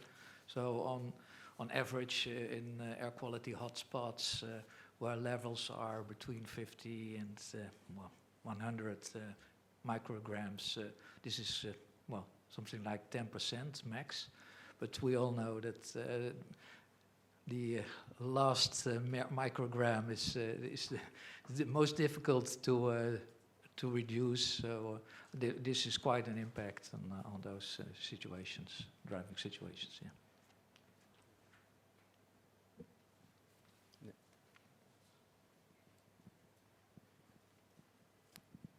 Good morning. I'm Paulo Preciano from CINEA. I would like to, some of your projects you refer to collaboration with China because the topic was indicating this. I would like to know, beyond the constraints of COVID, how was the collaboration, and if what kind of added value, if any, was shown in the project? That would be the first question. Second question is a bit more specific on uCARE. There was a reference to usage of results into project Mile 21, which is a live project also managed in the CINEA agency. And I understand, I think it's Professor Tzamalis, the coordinator. So I would like to know what is the complementarity between Mile 21 and uCARE and in general all these projects. Thank you.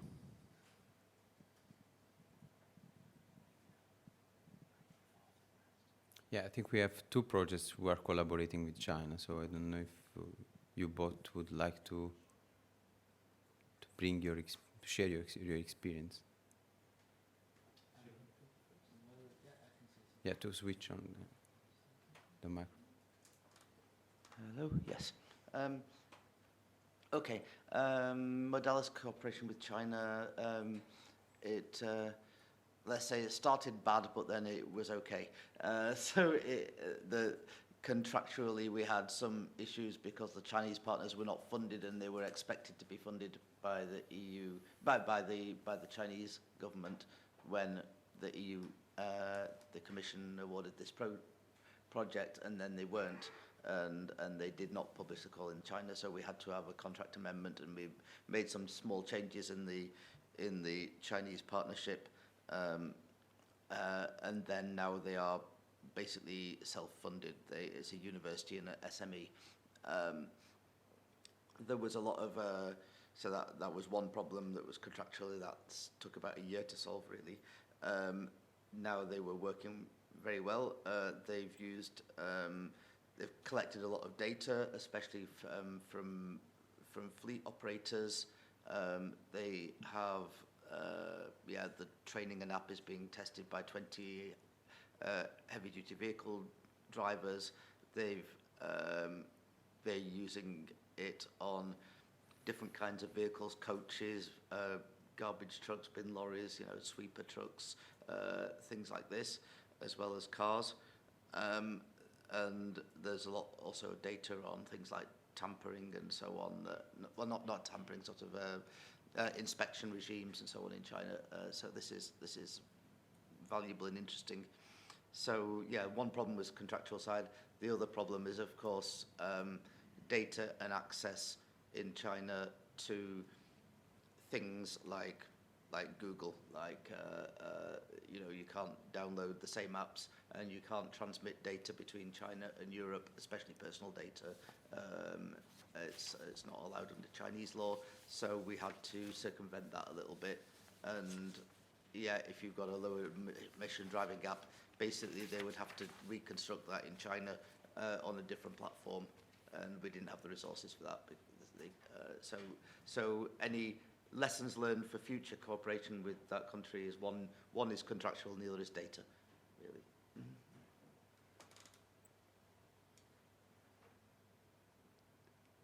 If I may add to that, in the uCARE project,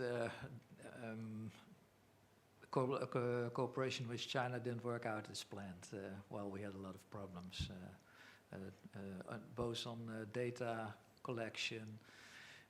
Running a pilot was not possible, so it was very limited in the end what we could achieve. We're not yet in the stage that I have clear lessons learned I can bring to the floor, but we might add it to the later presentation. On your question on mile 21, I'm sorry, I don't know the details of mile 21. Maybe I can give the floor indeed to Cesar. If you can repeat the question, because I'm not sure I fully captured it. Maybe. What is the complementarity?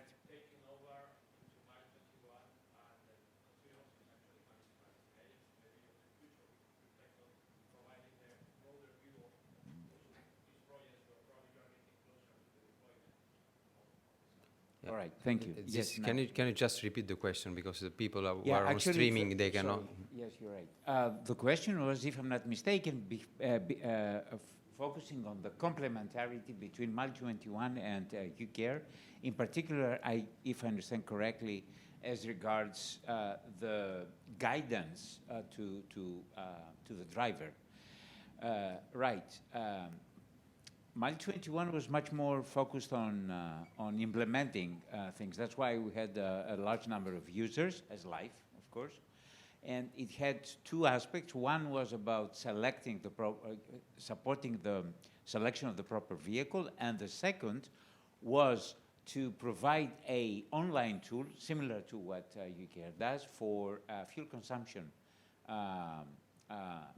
estimation. I would say using a model calibrated on the actual vehicle of the driver. The focus was mostly on CO2 and not on emissions, uCARE was on emissions, MILE21 was on fuel consumption primarily, and the collaboration here, the input from uCARE was in particular as regards the 3 different levels of accuracy that were introduced in MILE21, starting from a relatively high level approach and therefore low accuracy to a very detailed modeling exercise. The interesting thing was that we are now about to publish a paper where we are trying to compare the approaches, taking into account uCARE approach, MILE21, as well as IFPEN modeling. I'm talking about, I don't know how you pronounce it, GECO or The gecko. The GECO approach, because as you say, there are many similarities, and it will be very interesting to see if we can merge everything into one finally. So, thank you. Yeah. Yeah. You can just switch on the mic. Yes, in CARES we had, I mentioned, 3 Chinese partners. Two of them had actually funding. It was more or less like a copy-paste version of the CARES proposal because they were a little bit later on than we. And I think this has worked very well apart from the pandemic. We had the opportunity to meet in the kickoff meeting in June 2019. And now we'll have the next opportunity in next month to meet them again. And then we had several regular online meetings with them, various levels. So I think it's been working good for CARES, maybe because it's a bit special. We have not exchanged any raw data, but we have exchanged results and experiences from the measurements. Thank you. Thank you very much. There are 2 questions over there. 3. Second. Hello, my name is Andreas Klug, I'm from ABL. I would have 1 question also to CARES, basically, because you very nicely compared. You have 2 approaches for, let's say, emission monitoring, remote emission monitoring, which was plum chasing and point sampling. From the experience of the project so far you have done, what would you say are the weaknesses of both technologies? Have you compared them on a single vehicle already, comparing both of them, going to the same vehicle? And the second thing, really, where would you see weaknesses and opportunities for improving them further? That would be interesting. Thank you. Thank you. It's a good question. Yes, we have made comparisons both under controlled conditions at the test track, and they came out pretty well. Also comparing in real world settings, but these results are not ready yet. I think if you make a simple answer, the plume chasing is much more precise, I would say much more, significantly more precise in identifying the high emitters compared to low emitting vehicles that may emit occasionally high emissions, but it's due to driving or something else. But of course, it cannot measure so many vehicles that you can do with a point sampling technique.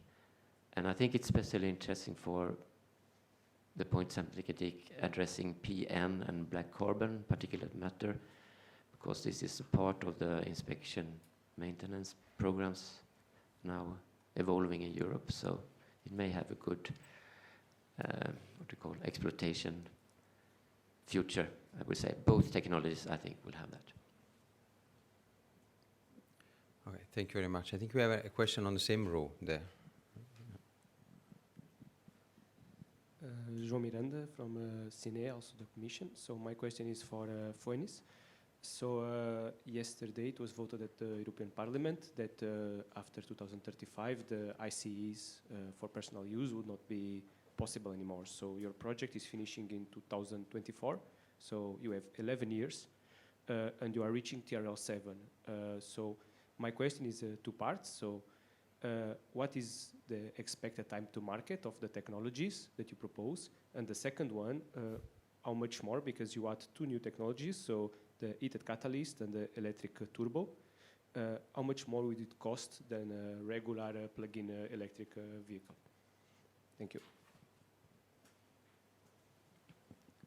Thank you, João, for your questions. So I'll start with the first one. So actually, the first one is that we have identified the different technologies that can improve actually the efficiency of engine.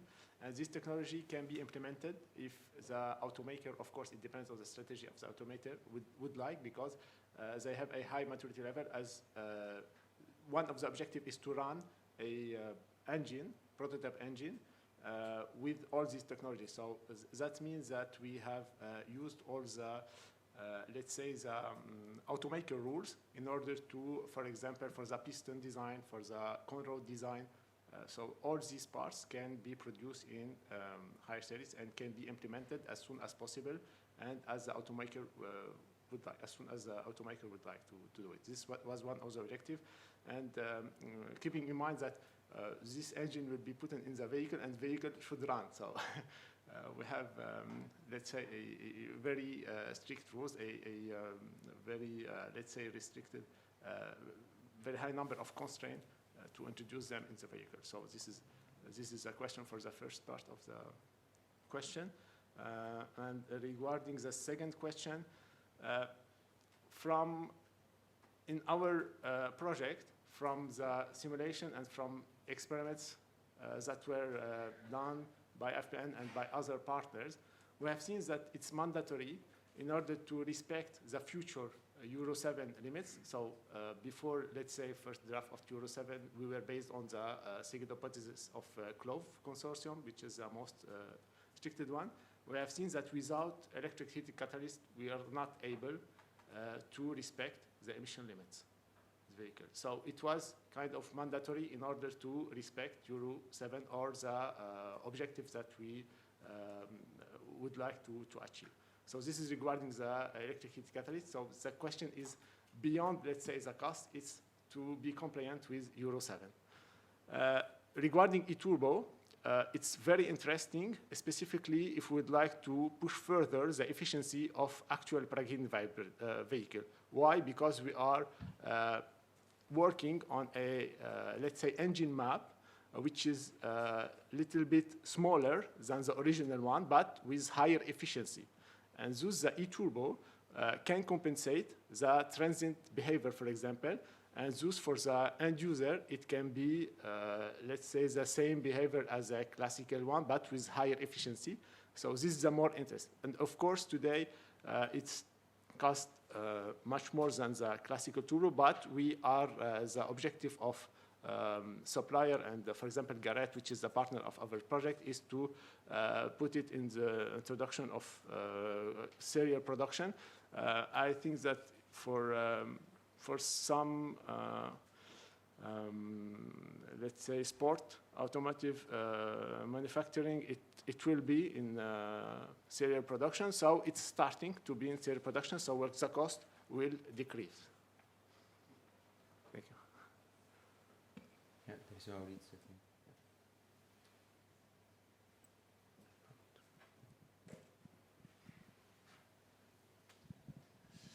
Good morning, Maurizio Maggiore, European Commission. I have many questions, but we have a lot of time on PHOENICE. First of all, if I remember correctly what I wrote 5 or 6 years ago, you are strongly deviating from the pollution targets. Why and how that happened? I mean, if I remember, the numbers were extremely lower than the ones you are taking into consideration. Can you make them? And as a kind of side issue, 6 for gasoline in terms of limits. But in other markets, we have already much stricter limits. I mean, I remember in 1999, a Honda vehicle making something like 1/10 of the limits we have in Euro 7 for NOx. So Since one of the reasons for keeping doing combustion engines in Europe is to sell it somewhere else,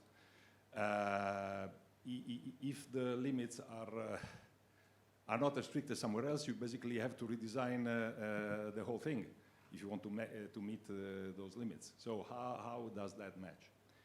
And in particular, one thing that is, for instance, could be critical because you have an SCR and you have high temperature is N2O. You didn't mention it. What about N2O emissions in, let's say, high load conditions and so on and so forth, which I expect to be worse than for a diesel because the temperature is higher. And N2O is regulated in other markets. So same question as before. Then you mentioned tags. Is the few hundred watts justifying the cost? What is the perspective of that in your view? And of course, I had the same question, but my colleague already asked it on the whole package, on the on-cost of the whole package, but that's already been answered.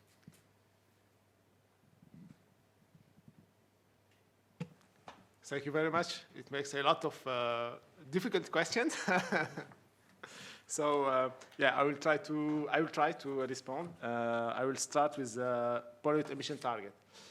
Initially, we have set it in the yes, actually, initially in the grant agreement, we have discussed initial emission target, and the idea, however, it is a European project.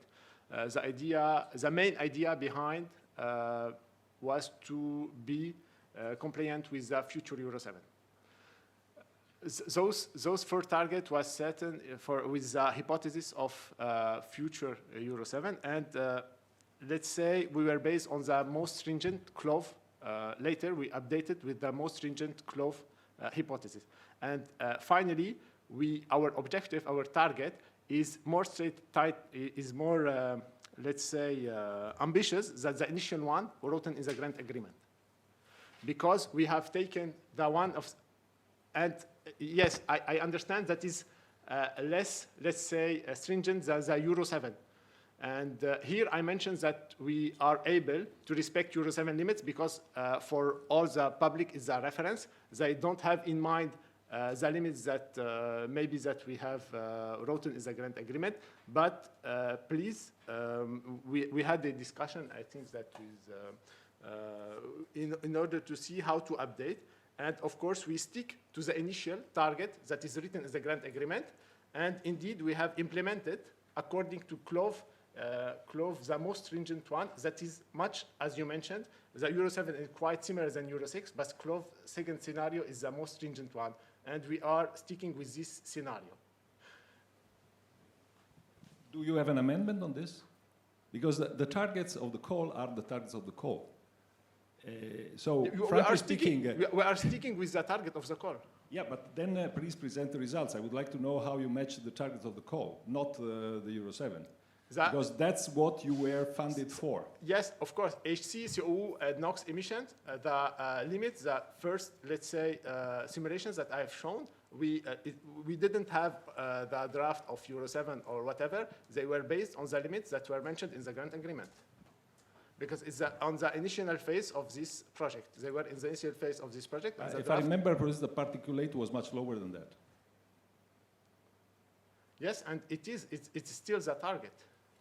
Okay, then if you have, or if you can send me then the results compared to the targets of the call and not the Euro 7, I would be grateful. Yes, of course. And the other question is, for instance, N2O. How are you with N2O in let's say RDE conditions at high load? I'm sorry. Please, can you repeat? I'm sorry, I didn't understand. Yeah, the N2O. Because that was in the call. It's also in the call, and we are aiming to measure. We are aiming to measure. So this will be done in the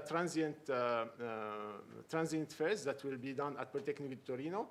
So we are aiming to measure the N2O, the NH3, and the formaldehyde. Those three that we have mentioned as a grant agreement.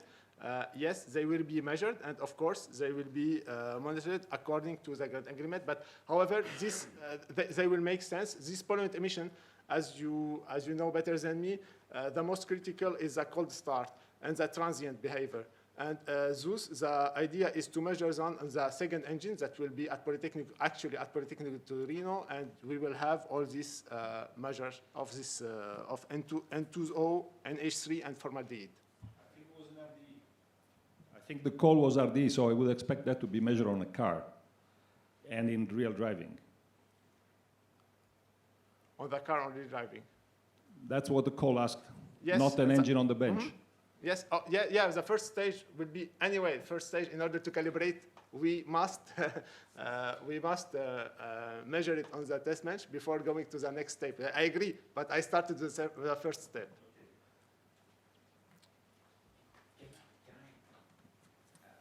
It depends on It depends which on what I'm going to direction say. we are going. Sorry, Mauricio, I think you misread what was presented there.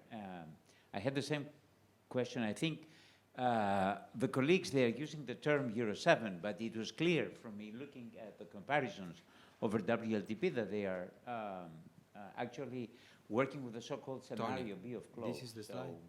But the target for... That's, yeah, but in any case, the comparisons, they were with 20 milligrams of NOx per kilometer, which exactly this yes. is very clear for me. This and is, of course, the yes. first step is what they say.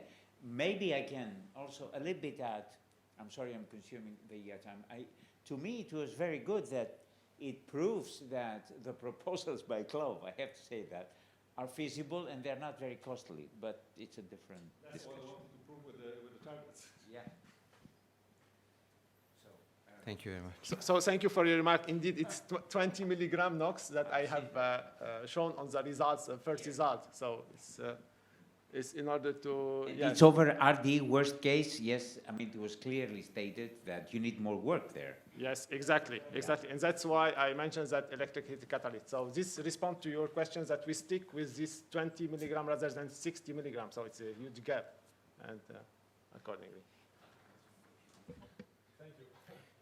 Maybe, Tony, you can also send maybe to Maurizio last review meetings that you had with the office. Of course, I can send the target that I still, the grant agreement one, of course. And again, I'm sorry, here I speak with Euro 7 because I think that it's clearer for everyone, Euro 7, because if I mentioned, for example, our target in grant agreement, it will be quite difficult for other audience to follow.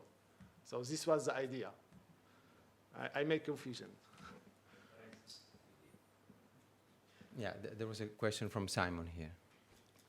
Simon Edwards, Ricardo. Thank you, Gaetano, and thank you, everybody, for the presentations this morning. A couple of questions about tampering, or the tampering devices, but looking to the future maybe a little bit.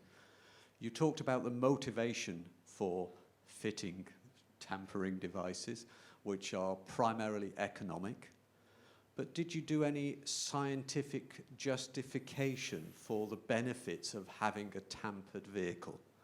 I'm not looking for positive arguments. I'm just wondering whether the project did any measurements of possible benefits beyond any economic aspects. And the reason I'm asking that is because looking towards future regulations, whether it's what was previously known as non-regulated emissions or brake and tire emissions, are there any motivations that we can foresee that might lead to tampering on those types of emissions legislated control devices? Those two questions to the panel. If I may start, since Diaz was mainly actually only on tampering. Thanks for the question. As you said, the economic impact and the economic aspect is the most important currently. We try to understand the current situation, but also, as you said, and I think I also referred to, the future situation. So in the future, what we understood is mainly that the methods will be slightly different to tamper a vehicle. In terms of motivation, on the other side, we see more or less the same aspects, and the economic impact will be even higher with more devices that can be tampered in the future. This is the first answer that we can provide. On the other hand, there might be also incentives in the future from cities or from governments and so on to have even stricter requirements for vehicles in the city centers. But again, we see even indirectly an economic impact, an economic side on this area. So I think more or less everything are related to this motivation, at least what I can answer. But as project, we did not investigate this in detail. Maybe we need to think about it a little bit more again, and see if in the future we might see something differently. We can come back on this. Thanks. And for non-regulated emissions and for the future? Yeah, the project, thanks. The project was for tailpipe emissions. So for brakes, for example, we did not investigate anything as a project. There, if we stay on the same side again for the economic impact, again we might see some simple, let me say, solutions of tampering to remove, for example, some of the devices that can collect particles and so on. So more or less similar ideas with the current device for the exhaust after treatment. Thank you. Yeah, thank you very much. There was a question from Stefan, I think. Maybe I was just going to add that in Modalis we did a small extra task on the tampering. Our partner in Finland, VTT, they did some tampering methods, reprogramming ECU software for heavy vehicle applications, and studied the changes of the exhaust emissions of vehicle performance. And so, yeah, that was part of a deliverable I can send you. The main result was that it affected the engine after treatment system, thermal control. It delayed catalyst activation. So yes, it did include increased pollution. So yeah, that was something that was done a few months ago as an extra task. Stefan Neugebauer, BMW. Again, for the tampering, you presented numbers of tempered vehicles, especially in the truck sector, heavy duty, and they had been terrible high, absolutely unacceptable high. Do you have an order of magnitude? How much do these tempered vehicles affect the air quality? Or what could be the effect on the air quality if we avoid this tempering? Thank you. The question was for me, but I think someone had done, was it your project? We haven't done any assessment of that. We're just trying to identify the tempered vehicles, so we have not done any. Yeah, we have provided some numbers on our slides. So yeah, we totally agree that the numbers are unacceptable, and these numbers are actually, let me call it, an average of many studies that we try to answer on this question, how many vehicles are tampered with the vehicle. So there are studies with even higher numbers, that in 10%, for example, that we ended up. In terms of the effect of on air quality, I think I had the last slide for the impact assessment, and we did a thorough impact assessment with various scenarios, starting from the best scenario that will totally eliminate tampering in the future. And we had the numbers of how many premature deaths can be avoided, or how many NOx can be reduced, and so on. I think it's... Do you want to show the slide? Yeah, if possibly. I think it's the last slide, or the slide, one slide. You can scroll the presentation. Okay, yeah, thanks. So we provided in our impact assessment, and we did, as I said, scenarios with the maximum one is what is presented more or less over here. But the most important for us, and what we think it's really useful, is to see also the other scenarios. For example, the half benefit based on most optimistic scenarios, and so on. So overall, yes, we did. We have a separate deliverable for the impact assessment, and I will be glad to send it over to you. I think it's already published in order to have a view on detailed numbers and scenarios that we run. Thank you. Yeah, you can proceed, Maurizio, I think. No, but I see that sorry. Georgios wants to also say something. Yes. So sticking to the same subject about tampering, we got about 10%. You said it was your estimate, and I would like to ask actually to address the question on the CARES project, where you saw some very interesting. I'm sorry, so I cannot have to go to your presentation for the slides where you're doing daytime and nighttime measurements of tampered vehicles, and your conclusion was at nighttime it was almost 100% that they were tampered. So, yeah, if you get this slide.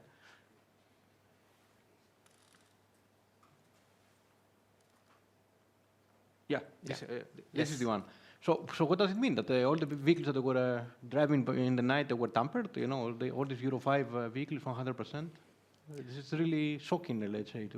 Yes, this was the observation in Brno in Czech Republic.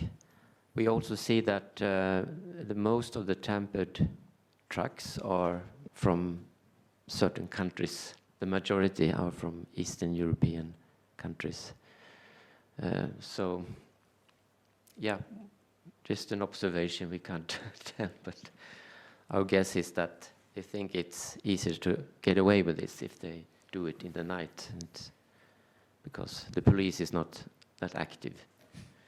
Do you think there is maybe also an impact on the speed? I mean, because in the night you can have a higher speed, and NOx are usually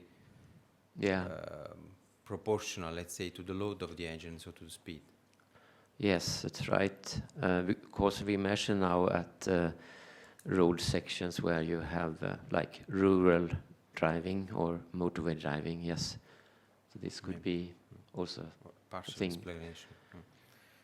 I will start complementing with this because I had some chats here in Belgium, and at night very strange things happen.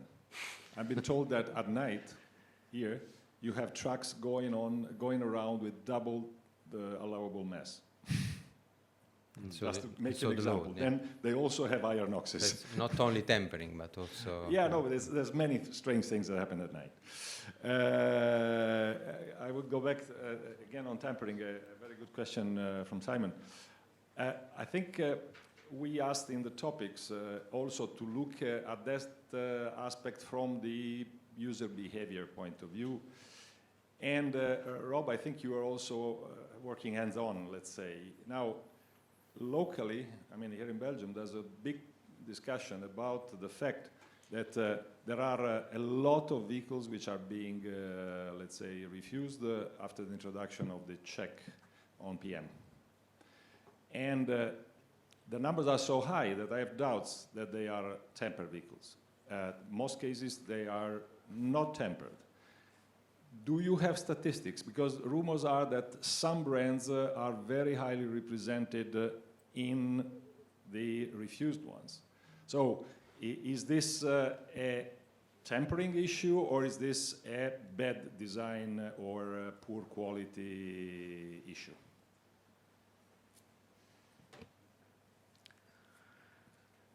Yes. Yeah. I don't have the straight answer to that. I can only mainly guess what's ongoing. We see that there is a strong relation between the number of failures detected and brands. So that's, well, that might suggest that it has to do with design, but, well, I have to be careful on that. Yeah. But basically, it's not tampering, then? I think those occasions, that's, well, no, it's not tampering. Yeah, it's not removed DPFs. It's just broken. For instance, it's yeah. And about the impact on, I also talked to local air quality people, and the truck impact I think is not that high, because they are not circulating in the city. So in principle, yes, but in reality, where you have a measurement station on the road, they are not passing there. And the air quality in the city is not so strongly affected. It's along the motorways and so on and so forth that you have 4 NOx.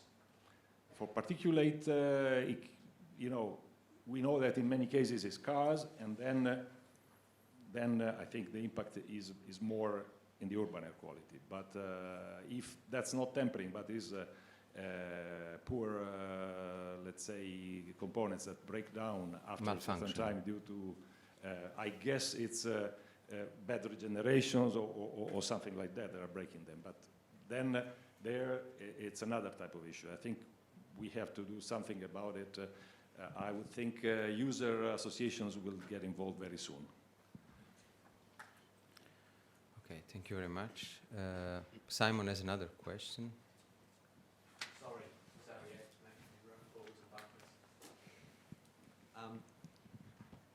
and maybe it's on a slightly different perspective, and it's maybe a little bit lighter, but I think it's directed to the MODALES project. You showed a diagram, I think, where you were talking about user behavior training, etc. And you showed advice and ranking related to brake emissions. And if I read the chart correctly, you showed an order of magnitude difference on the left side of the vehicle compared to the right side of the vehicle. And I just wondered whether the project had thought about why that is the case. I really don't know. This was done in Italy, so I don't know if it was in a left-hand drive country like UK or Ireland, if it will be the other way around. But there is, there was a difference between left braking and right braking. I think also left and right acceleration,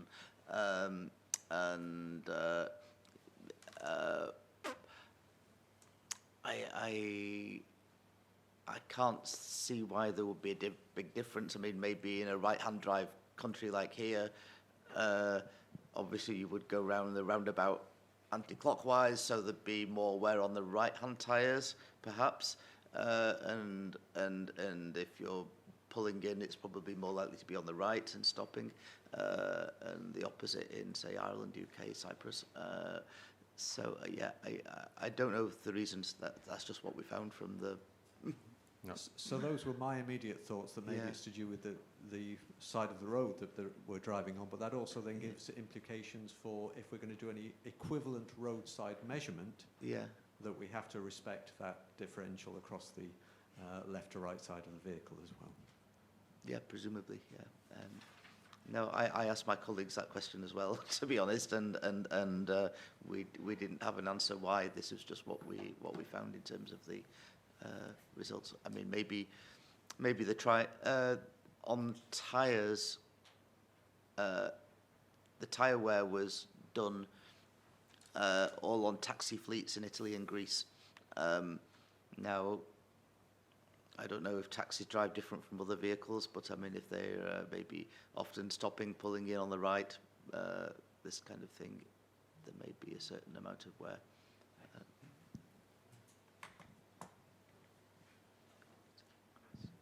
A different question. So, hi, I'm Shakur from Mainhamel in Germany. So, Andrew, this is for you as well. So, you mentioned that there's no real market for retrofit solutions in Europe since the transition to EVs is happening. Yet I would say that the ICE fleets or the internal combustion engine fleets are here to stay. So, what's the role of governments and European Commission, let's say, in stimulating this market? And do they produce any recommendation or standards regarding it? And this is to do with the tailpipe. Mm-hmm.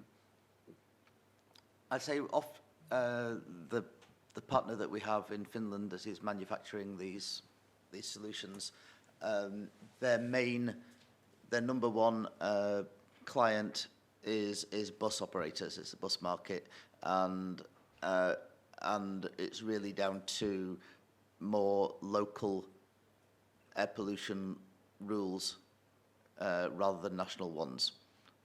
So they're particularly active in many German cities, in London and so on, where you have low emission zones, and the Greater London Authority, for example, specifies a stricter standard on bus emissions in their area than the national standard. So that's kind of the market, and perhaps there's more of a market if more regional or local or city authorities bring in stricter standards. Of course, there's the move, especially in public transport, towards electric, hydrogen, and so on. But obviously, it's not going to happen overnight. For trucks, it's a bit more difficult. There is a market, but then I'd say it's maybe less regulated, and you've got more tampering, and especially for things like light vans, there's a high degree of tampering. So, yeah, it's a legislative thing, really. It's for things like vans, it's not usually imposed. So, whether there's a market or not, really, depending on the national or local legislation, I'd say. But obviously, the cleaner the fleet is, the less there is room for improvement. So even rather than forcing somebody with a 10-year-old van to retrofit it, they might say, well, we'll just get a new van that's cleaner, and we don't need that. So, but yeah, maybe there's also more. We didn't study this, but maybe there's more of a market for these kinds of solutions in countries with older vehicle fleets, in maybe some parts of Eastern Europe and in other continents away from Europe where you've got an older fleet. Okay, thank you very much. It's okay for you? Yeah, we have a question here. Yes, it's for CARES project again. You presented two remote emission sensing techniques, the plume chasing and the point sampling, and you made a comparison that what more they provide compared to the conventional ones that are already installed. I would like to ask you, in terms of, let's say, local authorities interested in installing them, in terms of cost, how much they're going to cost, do you think, compared to the conventional ones?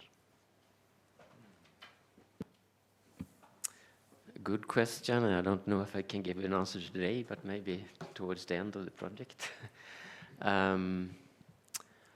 Of course, we have developed the point sampling technology and also the further development of the plume chase technology with this in our minds, that it should be easier to use, so you don't need skilled, experienced staff to operate them. And the point sampling sensors are quite cheap ones compared to the commercial system. So I can't give any numbers today, but hopefully we can do that in the final report. But your feeling is that it's going to be comparable. It's not going to be excessively 2 times more the cost of a conventional one. No, it will be cheaper, I would say. Okay. If you calculate by measurement, cost per measurement. And for the instance of the plume chasing, for instance, how you presented it was that you had a car that was chasing the emission car. So I guess there should be also the stationary option to install the stationary and the junction and measuring the cars that are passing or. Yes, I mean, it's more difficult to measure where you have much traffic and complicated driving situation because cars tend to get too close. Okay. So it's easier, of course, on the highway, but we're looking at this also in the project. Thank you. So.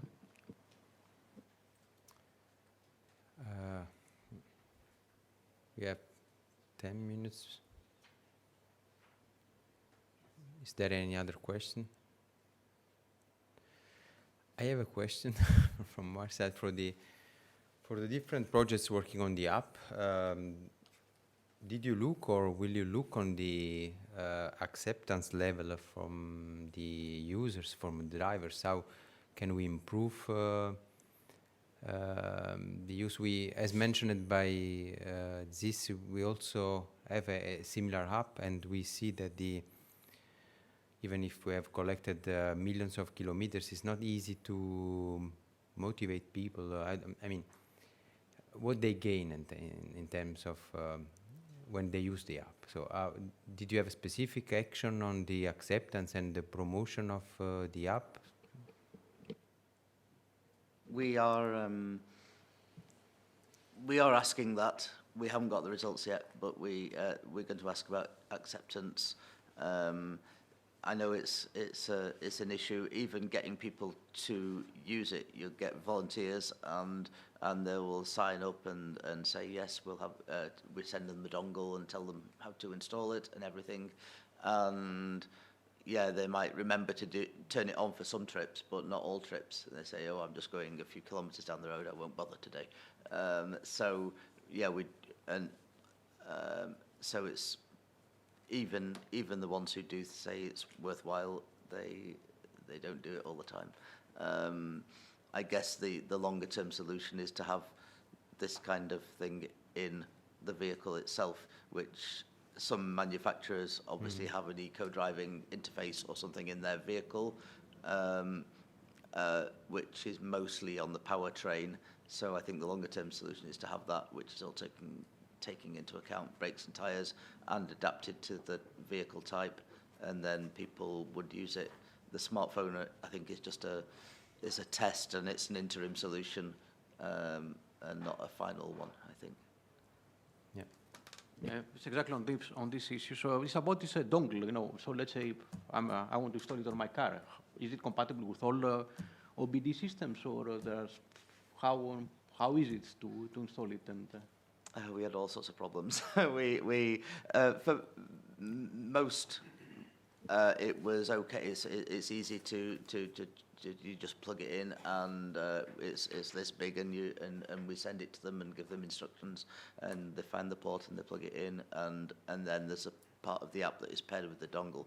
But there were many instances where the app was not sending data, where it couldn't pair properly. Sometimes, depending on the type, on the make of car, we had data problems. So again, it was a trial, and in a long term, you know, in a real world rollout, you would not expect people to buy or install dongles. So again, it should really be part of the vehicle. But yeah, it is. And for heavier vehicles, for vans and trucks and buses, then the dongle is not appropriate. There's a different standard and connector. It's called J1939. So we don't get as good quality data from that. If I may, I want to answer the last two questions. One on the dongle. We're facing the same problems as in the MODALES project, sorry. And on driver acceptance of tools and advice, well, we were aware that would be a challenge to get the message across to the drivers, and that's also the reason why we included the behavioral sciences in the project, and well, it led to changes in the way we present the information, the tools we developed. But I have to admit, we're still not there. But it still could be improved. Well, we had problems finding sufficient people willing to use the tools and so on. So, okay. well, at least it helped, but to also have different disciplines in the project. Yeah, actually, this brings to another question I want to ask you particularly. You mentioned the tool for feedback to the driver. So this again is a dongle or it's an app that you installed from? It's both. We have also in several cars dongles installed. We also have a mobile phone-based tool, and well, this feedback is both directly and on the as in the overall slide I showed you, where you have you can compare as a driver the different trips you made. So it's both. Okay, so in principle, okay, because the dongle, it's a hardware thing, it's difficult, let's say, to install, but if it's an app and it gets the movement statistics from the mobile phone, then I guess it's easier for users to install it or uninstall it afterwards. Huh? So. Yes, it's easier, but you don't get all the information you want. Yeah, so it's, again, I think it's the same as Auke's answer on what's the difference between one remote sensing application and the other. It's different applications. Sometimes it's easier to have, and sometimes you need to have the full package of information, for instance, to develop the augmented emissions maps and so on. And sometimes you can have the easier and cheaper approach. I have another question also for the CARE project on the sensors. I'm sorry, I'm not very familiar to this technology.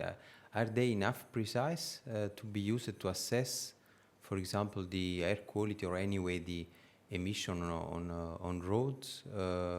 Maybe integrating other fleet models, or I mean, or they can just identify eye emitters. No, I think they can be used for much more. They have been validated quite a lot towards PEMS onboard measurements, the plume chase, and also the point sampling and the commercial techniques. So, for instance, I think if you look at point sampling, conventional remote sensing techniques, the good thing is that you can, at rather low cost, collect a lot of data, so you can look at maybe fleet average emissions or emissions by Euro standard, that stuff that is very hard to get from other sensors and sources. So, and that's it. I think it's important for cities if they're looking at low emission zones implementation. They can have a sort of a basic understanding of what can I do if this is the most efficient way to reduce emissions in the low emission zones. So that's one example. I think there are others as well. Okay, thank you.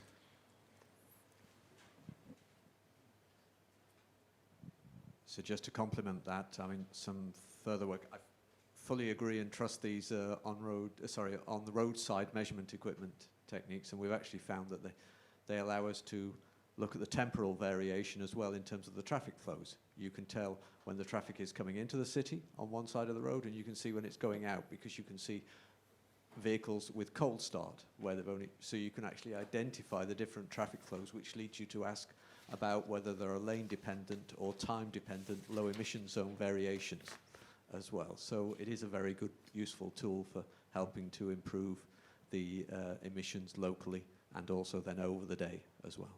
Okay, perfect, thank you.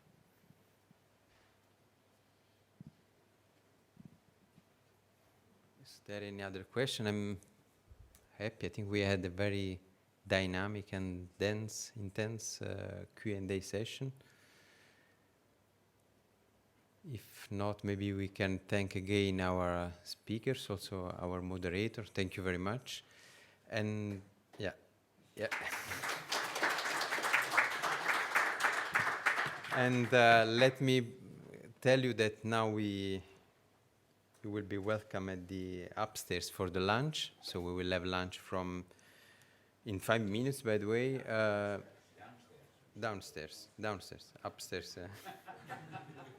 It's for coffee. downstairs from 5 minutes till 2 o'clock p.m. Then we will have the new sessions, the 3 sessions that you can see on the screen. Thank you again for having participated in this session, and enjoy your lunch. Thank you.